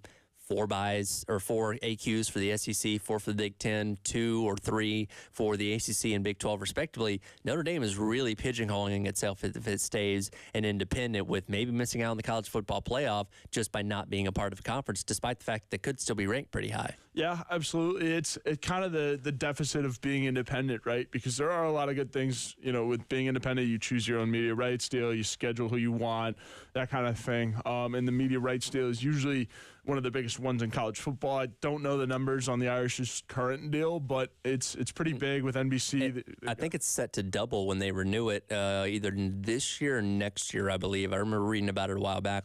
That's a huge brand in college, college sports in general, that NBC takes advantage of by having exclusive rights to them. And again, I think they're going to sign double the deal that they already have, which is more incentive to not join a conference because they can keep something like that. Yeah, to keep something like that too. And I mean, there have been rumors of them negotiating a media deal with a conference, but it was never big enough, right? Sure. Because of a brand like Notre Dame to go into a conference and subside to the media potential that they could be making is tough.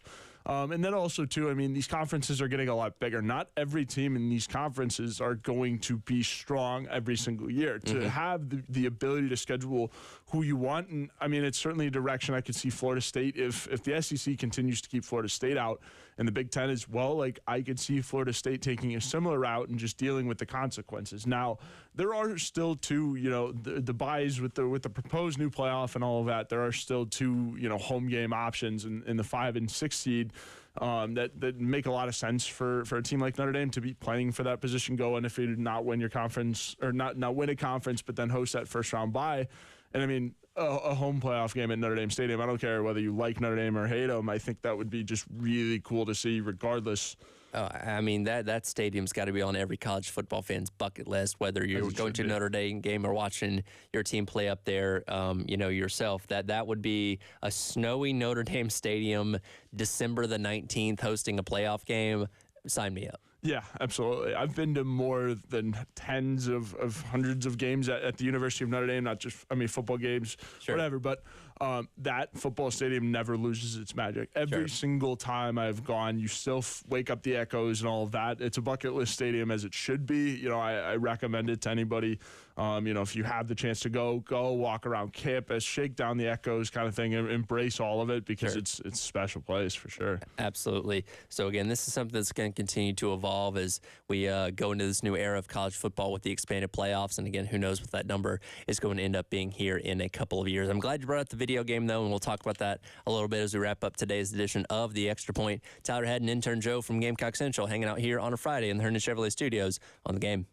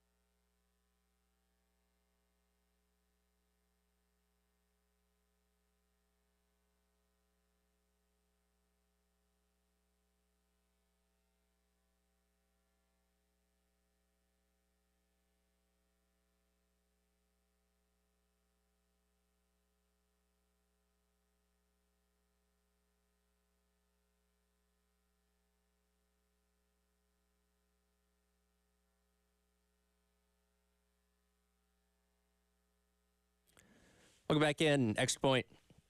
Tyler Head, intern Joe from Gamecock Central hanging out here for a couple more minutes. Wes and Chris coming in at 11 o'clock, as always, for the Gamecock Central Takeover Hour, presented by Firehouse Subs.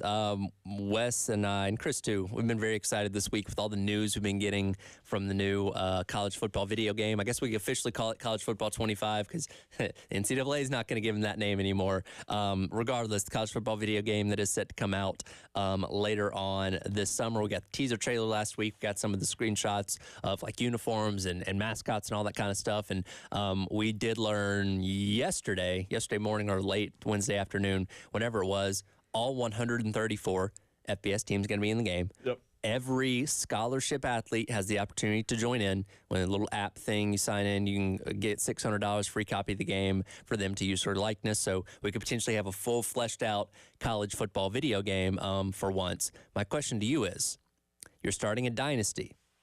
What team are you starting this dynasty with? Do you go with the traditional, like, oh, I'm going to go with Notre Dame, we're just going to pick right back up and start winning national championships? Or are you building that small group of 5 team to a national level? No, I feel like you have to build the small group of 5 team. I've rotated. I'm between UMass, and then Kent State is always a fun one. Okay. And then Idaho, obviously, because of the Kibbe Dome. No, they won't be in this one because they're FCS now, unfortunately. I know, which is mad unfortunate. But so yeah, I mean, Kent State's always fun. I like to also pick a MAC team. I'm a sucker for the MACtion. Growing up in the Midwest, maybe a Ball State or a Bowling Green in there somewhere. You know, I think I've decided I'm going to do Kennesaw State. So they're the newest FBS team coming in and making it 134. And I'm from Georgia, obviously, so familiar with the program. They still run the triple option. Coach Bohannon is a triple option guy. They thought he was maybe going to take the Georgia Tech job when Paul Johnson got fired a couple years ago, but he stayed at Kennesaw State. They run the triple option. They're the Owls, which is a cool, unique mascot. I see a couple national championships in the future for them. Absolutely. With me at the helm. Yeah, and then I mean James Madison would be a fun one too. Those kids know how to party down at James Madison as well. Point. So that would be fun, you know, taking a school that feels like an SEC school but isn't quite in the SEC and having success with them. Another new school, but no, I mean obviously you make 2, right? You make your dream dynasty, and then whenever you're finished with your MACtion run and your dream school opens up, you take that as a logical person. I like to start off as a coordinator somewhere, like a group of 5 school or whatever it may be, and just explode with this amazing offense to where then you're getting, hey, you can go coach at Ball State or something like that, and eventually try to work your way up. But I've played, I can't tell you how many hours I put into 14 in the past 10 years. It's the only reason I still have PlayStation 3. I break out my PS3 every year at like August, and I put it away in early January just so I can play NCAA 14. Yeah, no, my roommate plays it a bunch on his PlayStation 3, oddly enough. I'm an Xbox guy myself. Okay. But, we still have an Xbox 360 back up in Indiana, and we have it running college football specifically for the Christmas breaks and spring breaks and whatever when all the boys are home. Sure. And, you know, we just run tournaments of NCAA football. So I'm excited for the revamp. They can't mess it up, Tyler. They can't. Now, Madden, the product of Madden has gotten pretty stale over the past couple of years, where they're just kind of recycling the same game over and over again. But even that, if you give me Madden with an NCAA shell on it, the gameplay is all the same and that kind of stuff, I'll still take that, because anything's better than not having a game for the past 11 years.